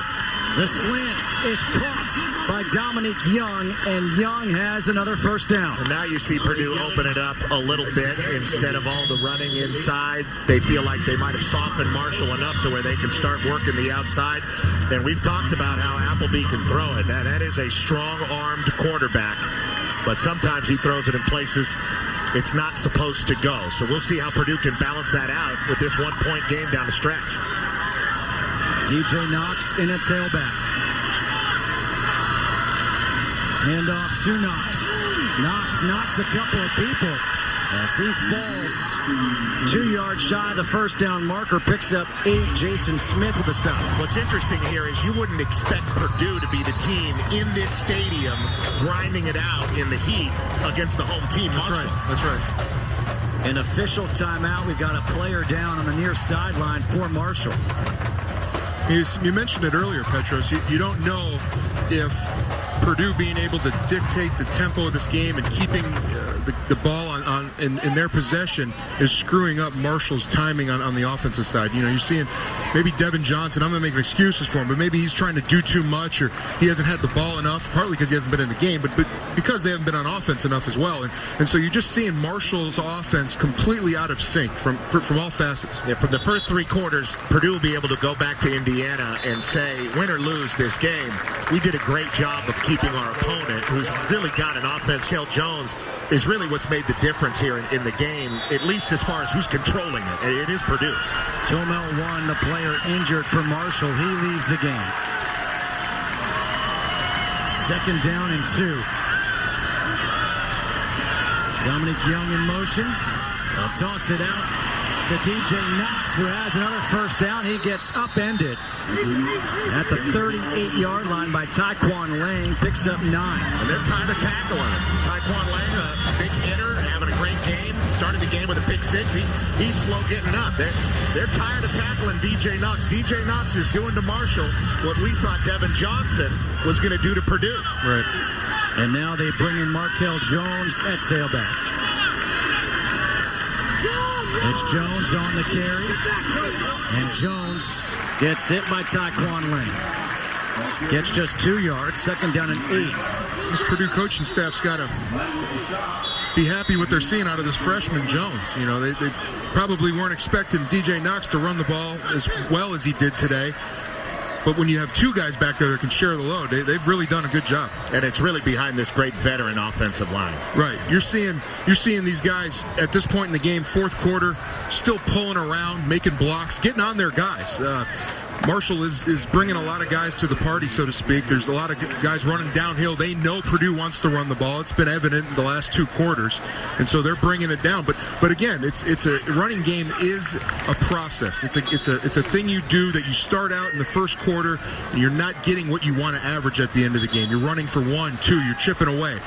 by the third and fourth quarter where we are now, especially on a hot day, that's when the offensive line is taking it over. You see these guys pulling out, like I said, getting their blocks, basically doing what they're supposed to do, and that's get that running back one-on-one with a safety or a linebacker.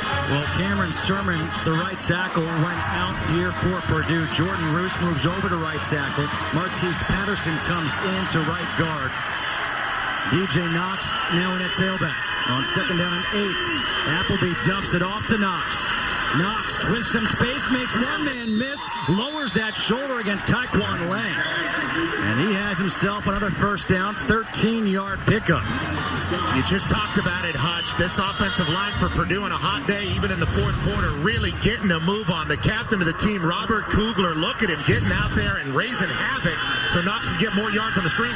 It's Knox on the quick inside handoff. Going a little hurry up now, picks up 3.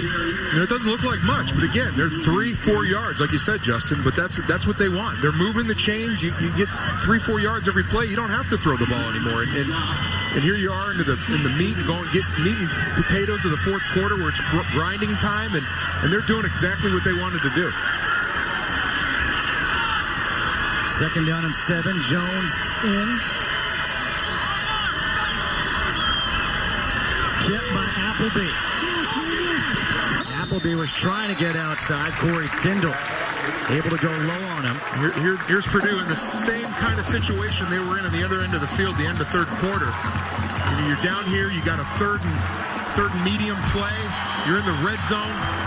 Do you make a play to move the chains, or are you trying to settle for a field goal here? I don't think field goals are going to win this game. Even though Marshall hasn't been great on offense today, they have the ability to strike fast. 3rd and 4. Appleby on the slant. That is caught by D'Angelo Yancey for the first down at the 10. You see another slant. That's the second one they've run in this drive, or the last 2 drives. Relatively safe throw for Appleby, but it was a big-time throw. He threw it across the field.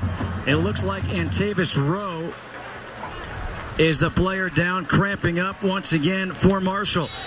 28-27. Here in the fourth quarter, Purdue marching down in the red zone at the 10. 1-point lead. First and goal from the 10. Handoff, Knox. And Knox is down at the 5. Corey Tyndall with a tackle. What's at stake in this game? Both teams trying to make a statement for Purdue.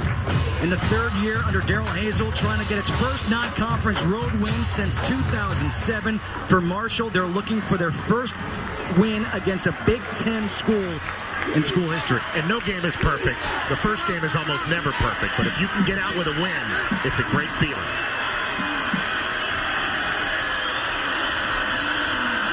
Second and goal. Knox again. Gets stood up at the line. Taekwon Lang.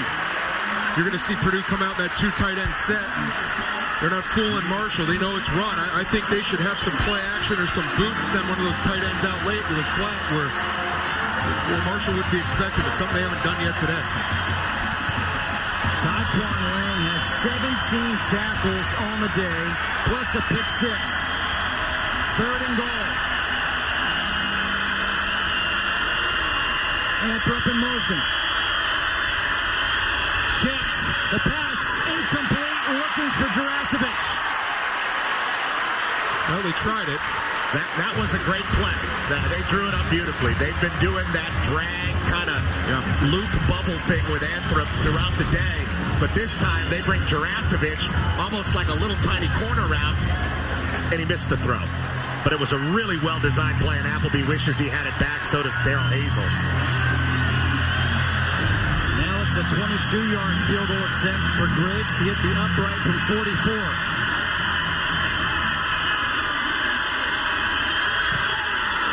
And this one is right through the uprights. Once again, a 4-point lead for the Boilermakers. 10-14 to go here in the fourth quarter. Was a field goal for 3 points for Purdue, but Hutch, it could have been 7 points instead. Right. You see here on this replay, Appleby could have forced that in there to the tight end, Jurasevich, but he didn't. He threw it where either his guy was going to get it or nobody. So in this game, you've seen him start to make better decisions as a quarterback for Purdue. Paul Griggs will kick off. DeAndre Reeves and Remy Watson are back deep for the Thundering Herd. Marshall down by 4.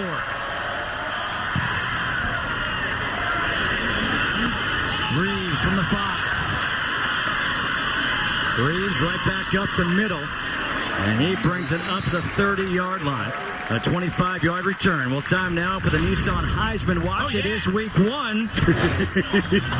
So what do we got? Well, we got Zeke Elliott. Everybody loves him. He's a great running back. Who's going to start for Ohio State? I think it's going to be J.T. Barrett, but whoever it is going to put up a lot of numbers. We're going to get all freshmen crazy. We have to. He's a true freshman. Josh Rosen, great game yesterday for UCLA.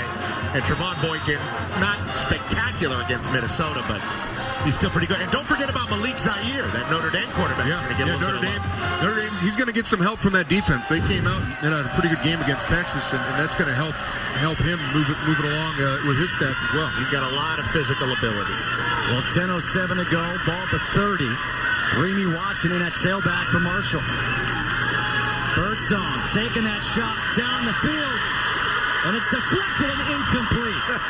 Deontay McManus almost got it off the deflection. Anthony Brown on the coverage. See, that would have been great if it worked out, but it didn't.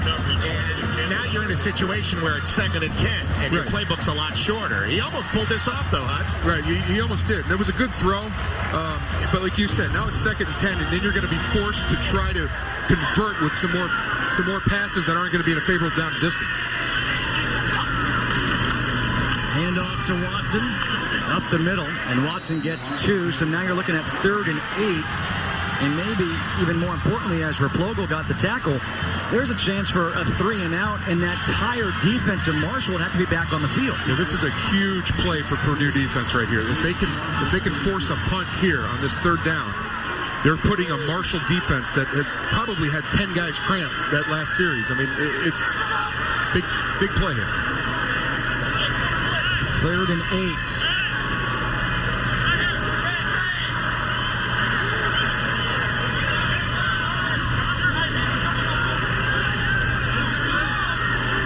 Play clock at 2.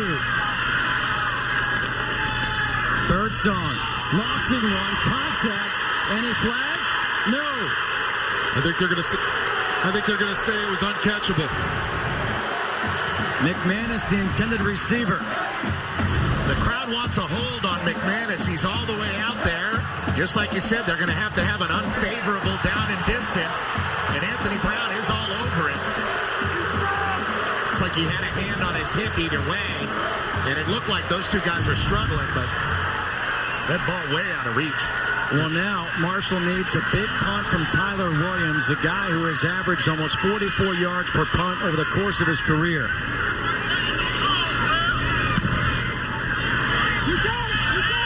Trey Hart, fair catch made at the 28-yard line.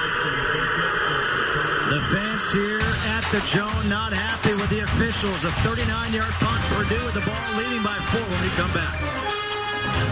9:04 to go in this 4th quarter, and we talked about how it's been kind of, a merry-go-round of quarterbacks. Dicey. 5 straight years of a different starting quarterback on opening day, and all of a sudden now Austin Appleby making his 8th straight start, first on opening day. Maybe he's the one to settle things down. On 1st down, it's Markel Jones. And Jones will get 4 yards. And Marshall's in a very difficult position at this point. Offensive snaps, there's a 28-play difference at this point. Purdue's got 81, Marshall with only 53. This is a hot day. This is a tough veteran Purdue O-line. We've been talking about him all day, led by Robert Kugler, the center and captain. And this Marshall defense needs something big to happen and turn around right now because they're really getting worn down. 2nd down and 6. Eaten up like a hot dog. The hillbilly hot dog. Anthrop in motion. A handoff to Jones. And Jones able to get 2 more. Gary Thompson with this tackle, and now 3rd down coming up. You see Purdue treating this more like a 4-minute drill. Like there'd be 4 minutes or less left in the game. In fact, there's 8 minutes left in the game. You can tell they really want to slow this down, eat up as much time off the clock as possible. I'm I'm really surprised to see Markel Jones in here right now, the true freshman in the situation. This is the time where the Marshall defense is going to be stripping, trying to rake that ball out of here. A fumble at this end of the field would be disastrous for Purdue. 3rd and 4. Appleby back to pass. Gets hit, and that is incomplete. Good job on the coverage by Tyndall. The pressure applied by Gary Thompson, and a 3-and-out force by the tired Marshall defense. Here for a Purdue fan, you're probably a little bit disappointed, saying, why don't you throw it a little more down the field or use some play action early? But remember, this conservative style is what's gotten Purdue the lead at this point in the game. And that was not a bad throw. It was just better defended and very good pressure by the Herd. Thomas Meadows will punt. Hylik Foster, who was cramping up earlier, will return.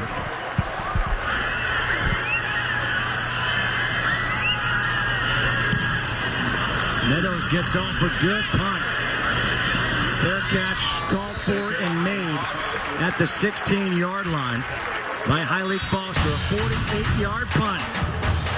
Marshall looking for its first win against a Big Ten team in school history. Will have the ball. 7:31 to go. Down by game. Marshall down by 4 against Purdue. The Thunder and Herd back on the field. Devin Johnson is back in at tailback, and this is pretty much what we thought we'd see when the game began. Johnson getting some carries in this 4th quarter. On 1st down, Birdsong to throw, and he completes the pass to Hylik Foster. You're absolutely right, Justin. I mean, that's exactly what we thought was going to happen in the 4th quarter of this game. A heavy dose of Devin Johnson. But here's the question. Has he gotten the ball enough to get into a rhythm to take over this game? Is the Purdue offense in enough of a rhythm? Yeah, they haven't. Marshall hasn't handed the ball off to him enough when he's been in the game to get him into a rhythm, and they haven't been on the field themselves. So the time of the game when he should be effective, he's not. 2nd down and 7. A handoff to Johnson. Right now, you can see the freshness of the Purdue defense as opposed to Marshall when they're in the field. These guys are getting to the ball quicker. They're popping up off the ground quicker. And, Devin Johnson, 9 carries for 80 yards. That's a quiet 80 yards, but he hasn't. I thought we'd see a lot more of him this game. 3rd down and 5.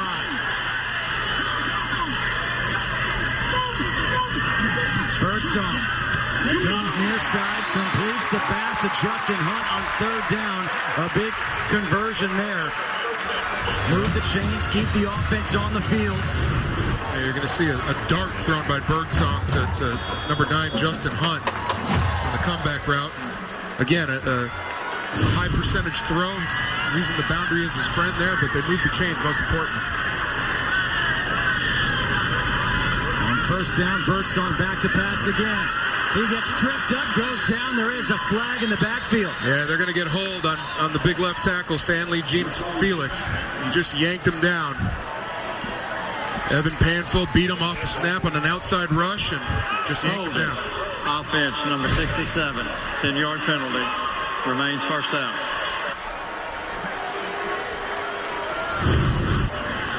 Yep, like I just said, he beat him on the outside rush, slapped his hands down, and sometimes the only thing you can do as a tackle is just grab. Still made the sack. Panfill did. Almost. Great play. Much going back to what you were saying about Johnson with those 80 yards. Remember, 48 of those on that one carry that resulted in the fumble. Right. That was a huge turnaround in this game. Now 1st and 20. Birdsong over the middle, finds his tight end. Juracek. A 21-yard completion on 1st and 20 and a 1st down. That time he had the protection to make that throw. Stood in the pocket, delivered the ball on time. Like you said, hit Juracek across the middle and moved the chains. That was a big-time play for Marshall. They needed that. They needed to get out of their own territory. And with the clock continuing to wind down, they got to try to put a score together here. Both teams have all 3 timeouts remaining. Quick pass, Devontae Allen. And Allen gets wrapped up by Frankie Williams. 5 yards on first down. You know, Marshall had a game plan coming into this game, and it didn't really involve Devin Johnson as much as we thought it would. We thought the Rockhead would be going pretty much all 4 quarters, but it's been perimeter passing and more Michael Birdsong, which is very interesting because even though he's played at James Madison, this is his first action in big-time FBS college football in this stadium. 2nd down and 5. Birdsong again with time over the middle. Is it a catch? It is.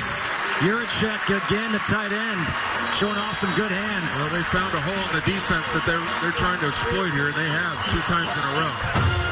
And he's a very reliable player. If you're not going to hit the tailback, hit your reliable tight end. Handoff. Johnson tries to break a couple of tackles, and Devin Johnson gets 3. Marcus Bailey with a stop. Yeah, again, Petros, those are runs that you normally would see at this point in the game. Devin Johnson break through that arm tackle, but again, the defense is fairly fresh for Purdue. Nate Devers, the right guard, has to come out. Looked like he was injured on that last play. Jordan Dowlery comes in. 2nd down and 7. Under 4 to go. Play action. Birdsong to the near sideline. Devontae Allen. Another first down across the 25. Ankle tackle by Frankie Williams. 19-yard completion. Pretty wide open on this play. And the reason he was is because of Birdsong's experience. He really looked it off. He was looking downfield, and then comes off to the sideline. And that was waiting for him. Very nice throw. Birdsong coming alive here in the 4th quarter. 10th play of the drive. Birdsong was 0 for 5 on his last 5 pass attempts before this drive. This one is low, incomplete. Again, looking for Allen. Frankie Williams was there. You almost get the sense that offensive coordinator Bill Legg is trying to make it easy on Birdsong. You saw him go back to the same play to the tight end in the middle of the field twice in a row. And here they are with the post twice in a row, trying to hit Allen on it. And Frankie Williams was a little smarter and played that a little better this time around.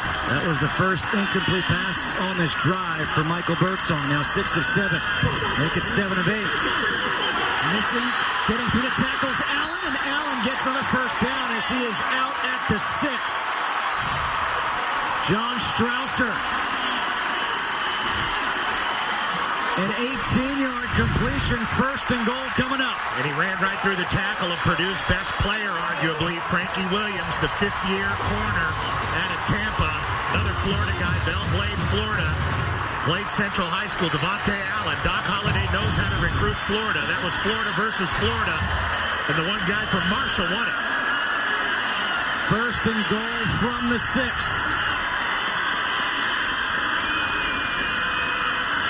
Johnson on the handoff. Johnson keeps those legs going. Touchdown!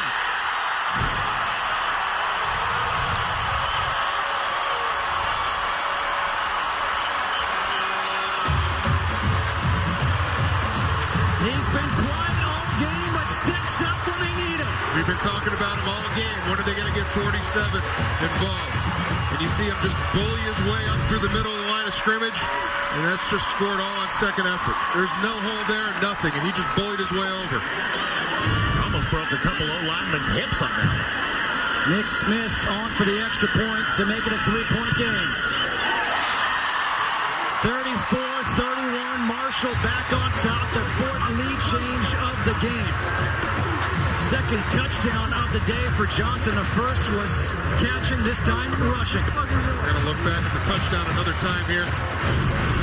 The side view, you can see not a lot of movement up front. Like I said, it was kind of a mush pile, but when you got that Moose back there toting the rock, he's going to make his own hole. And it's not just his legs that kept churning, you notice. It's his upper body. It's everything moving, and it's really hard to bring a guy down when he's chopping his hands and his knees and his ankles. Football's a funny thing, you know. I mean, the momentum is such a huge factor in football. And here we are, been talking for the better half of 2.5 quarters about Purdue owning the tempo, owning this game, playing their game plan, Marshall being all out of whack.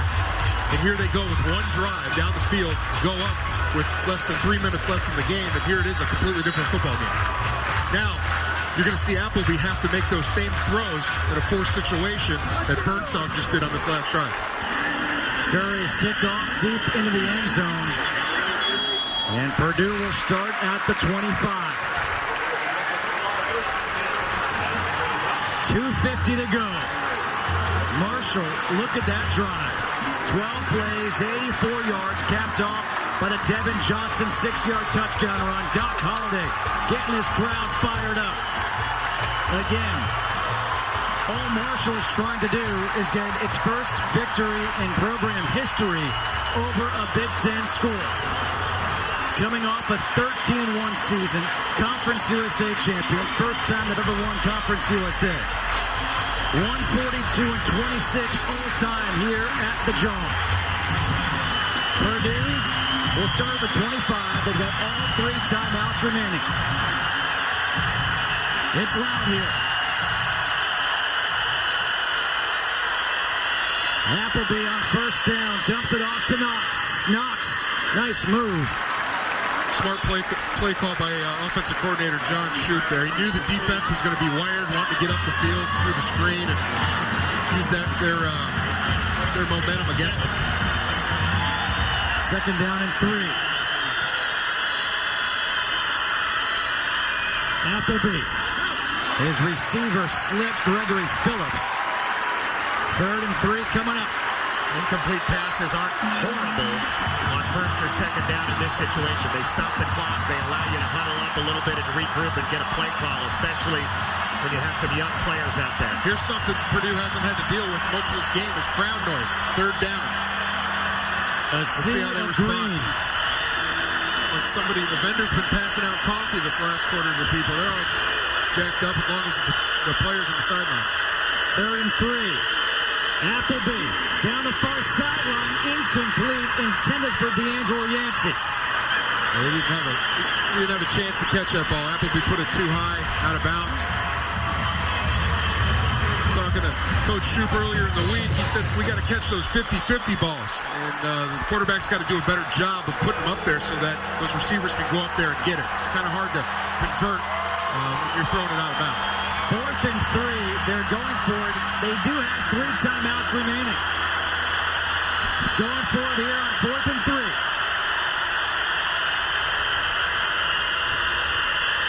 Applebee's, the pass is complete to Yancey for the first down. What a huge conversion.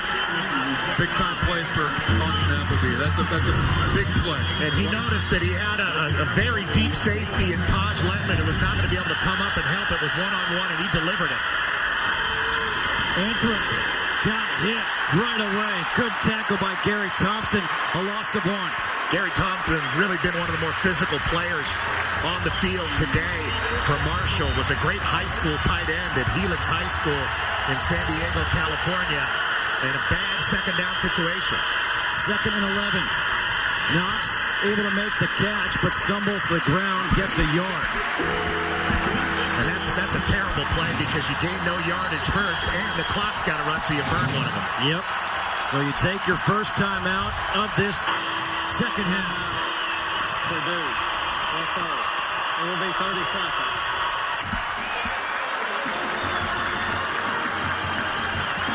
(34-31). 1:35 to go here in this ball game. Purdue trails Marshall. Justin Kutcher, Petros Papadakis, Steve Hutchinson with you here from the Joan in Huntington, West Virginia. Purdue looking for its first road win, non-conference, since 2007 at Toledo. Marshall looking for its first victory over a Big Ten school in program history. Yeah, if you're Purdue here, if you're smart, you're not trying to get all 10 yards here on this 3rd down. It's obvious you've already shown you're going to go for it on 4th. Just try to get at least half that back so you can do 2 conservative plays here and not have to try to get all 10 at once.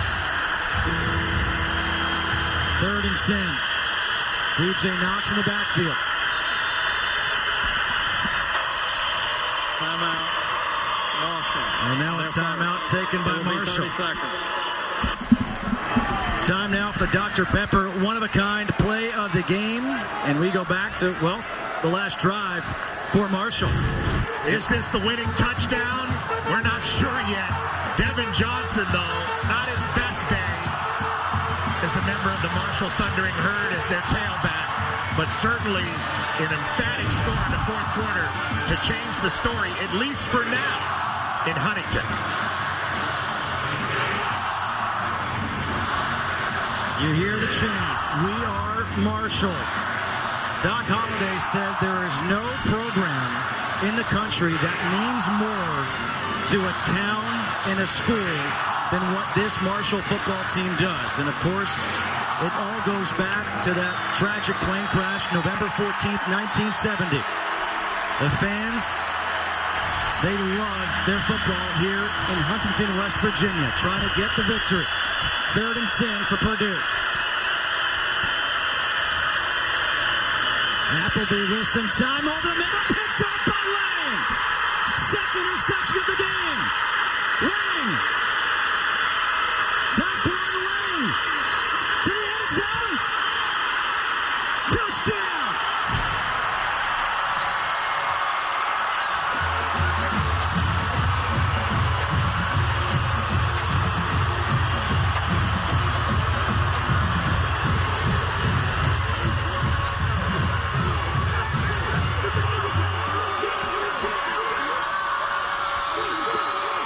What a day for Taquan Lang. 17 tackles, 2 pick sixes. And that one may have just iced it for his team. Only 2 career interceptions coming into this game for Taquan Lang, and he has 2 and 2 touchdowns and the victory.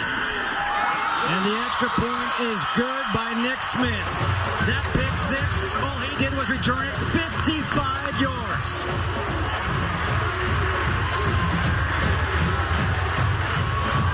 Well, we talked about it after the break. Purdue not needing to go get all 10 on that 3rd down play. And they, again, overthrew the target. Ended up on the interception there. We'll see it here. He was absolutely eaten by Steve Dillon with a huge hit and the interception right into the stomach of Taquan Lang. And we've seen it earlier. He knows what to do with the ball. Great patience, waiting for a block from Gary Thompson, and jogs into the end zone to praise and adulation from the people of Huntington, West Virginia. Almost heaven, West Virginia. You know, all these kids, they grow up dreaming of playing on Sunday. It's Sunday, and this kid is having a game he could, I don't even know, dream about. 17 tackles, 2 interceptions returned for touchdowns, 55 and 30 yards. Wow. Taquan Lang, hello to college football. And he's earned it out there. He's been cramping up, making tackles up toward the line of scrimmage. This has been a tough game. Timeout. Marshall, their second.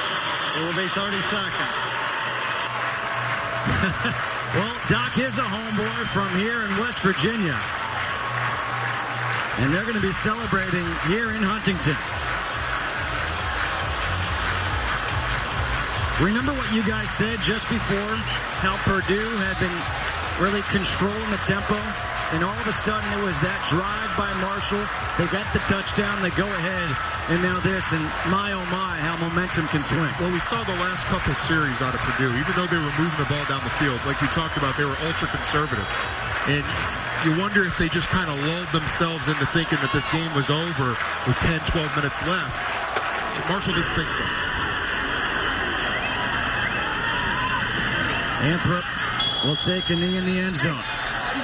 You know, it's one thing to physically control a game, and Hutch is absolutely right. I mean, we saw about 3/4 of that from this Purdue football team. But if you don't physically control the game and control that scoreboard, it can slip away from you in a hurry, especially on the road. And that's what happened to Darrell Hazel's Boilers in this game. They really had it, but they let it slip. And I go back to that play where they got the interception at the 30 of Marshall and the missed field goal. And I realize it's a 10-point difference right now. But if they put those points on the board, they had that momentum. And they failed to do it. Right, and I said before they missed the field goal, they wasted 3 plays. Yep. I mean, they almost played not to get out of field goal position as opposed to trying to score and go up by 7. Darrell Hazel's team went 3-9 last year, hoping to get off to a good start here. On first down, that pass is complete to Anthony Mahungu.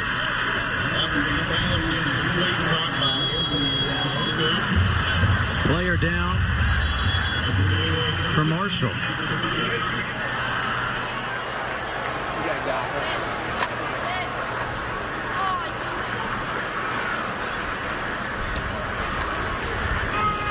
Please reset the game clock to 1 minute and 14 seconds. 14. DJ Knox. Let's go Bucks. Has had a nice game. 102 yards on the ground, 22 carries for Purdue.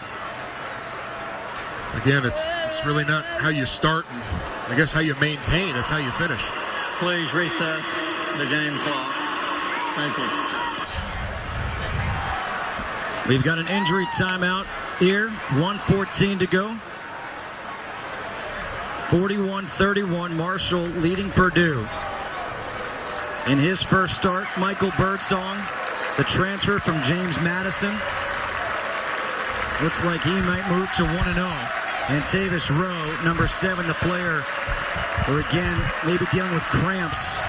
But Birdsong's numbers, you know, we thought he relied heavily on Devin Johnson. That wasn't the case. No, and you wonder with Birdsong, who's got a couple years to play now, and he's certainly a good-looking quarterback, 6'5", 242, with that beautiful bright red hair.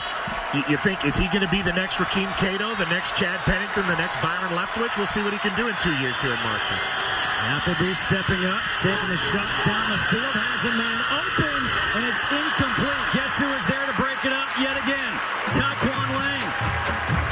Kid's had a heck of a game. We continue to call his name, and here you are, minute left in the game, down by 10, and he's still playing hard. He's not letting anything get over his head. He doesn't want to get beat for anything. You know what's crazy? This is the first game for us of this 2015 college football season. I don't know if we'll see a better individual performance on defense the rest of the year. It's hard to argue with that.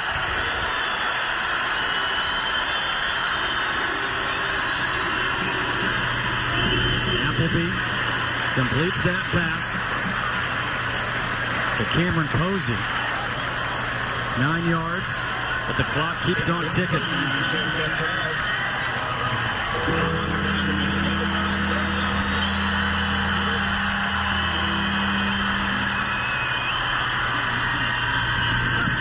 Good ball thrown and caught by Mahungu, the junior college transfer from Paris, France. Marshall just trying to keep everything in front of him right now, not really concerned about letting the receptions on the intermediate throws, just nothing behind him. And that ball was pretty late that Taekwon Lang defended. That could have been a disaster. And then you're looking at an onside kick and some more nervous times for the Marshall fans.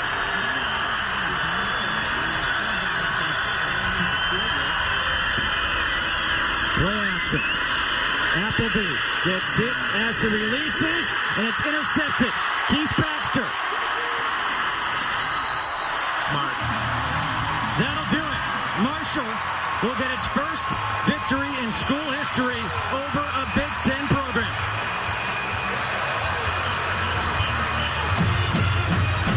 The Thundering Herd, so many question marks. Losing a guy like Rakeem Cato. Losing a guy like Tommy Schuler.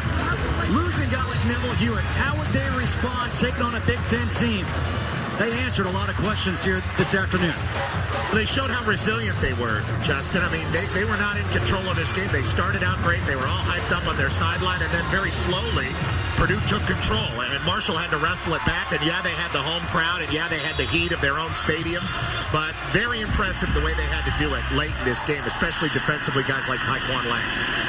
Taking a knee, and that'll do it. Next week, Marshall is at Ohio. Purdue is home against Indiana State. For the first time in school history, Marshall gets a victory over a Big Ten program. Doc Holliday said, we don't duck anybody. We want to play everyone. We only play home and homes now. All these other teams who are going to be here, watch out. And for Purdue, you have to say, is this a team that's going to be able to climb out of the Big Ten cellar? It looks like they certainly have some weapons. They have some tough running backs and a good offensive line. They could be there, but you just don't know. They weren't able to finish this one. Right, I think they had a good game plan, as we talked about throughout the game. Going in there, they knew what they wanted to do. I think they're just going to have to find a way to get the ball down the field more often to give their offense a chance to build on a lead.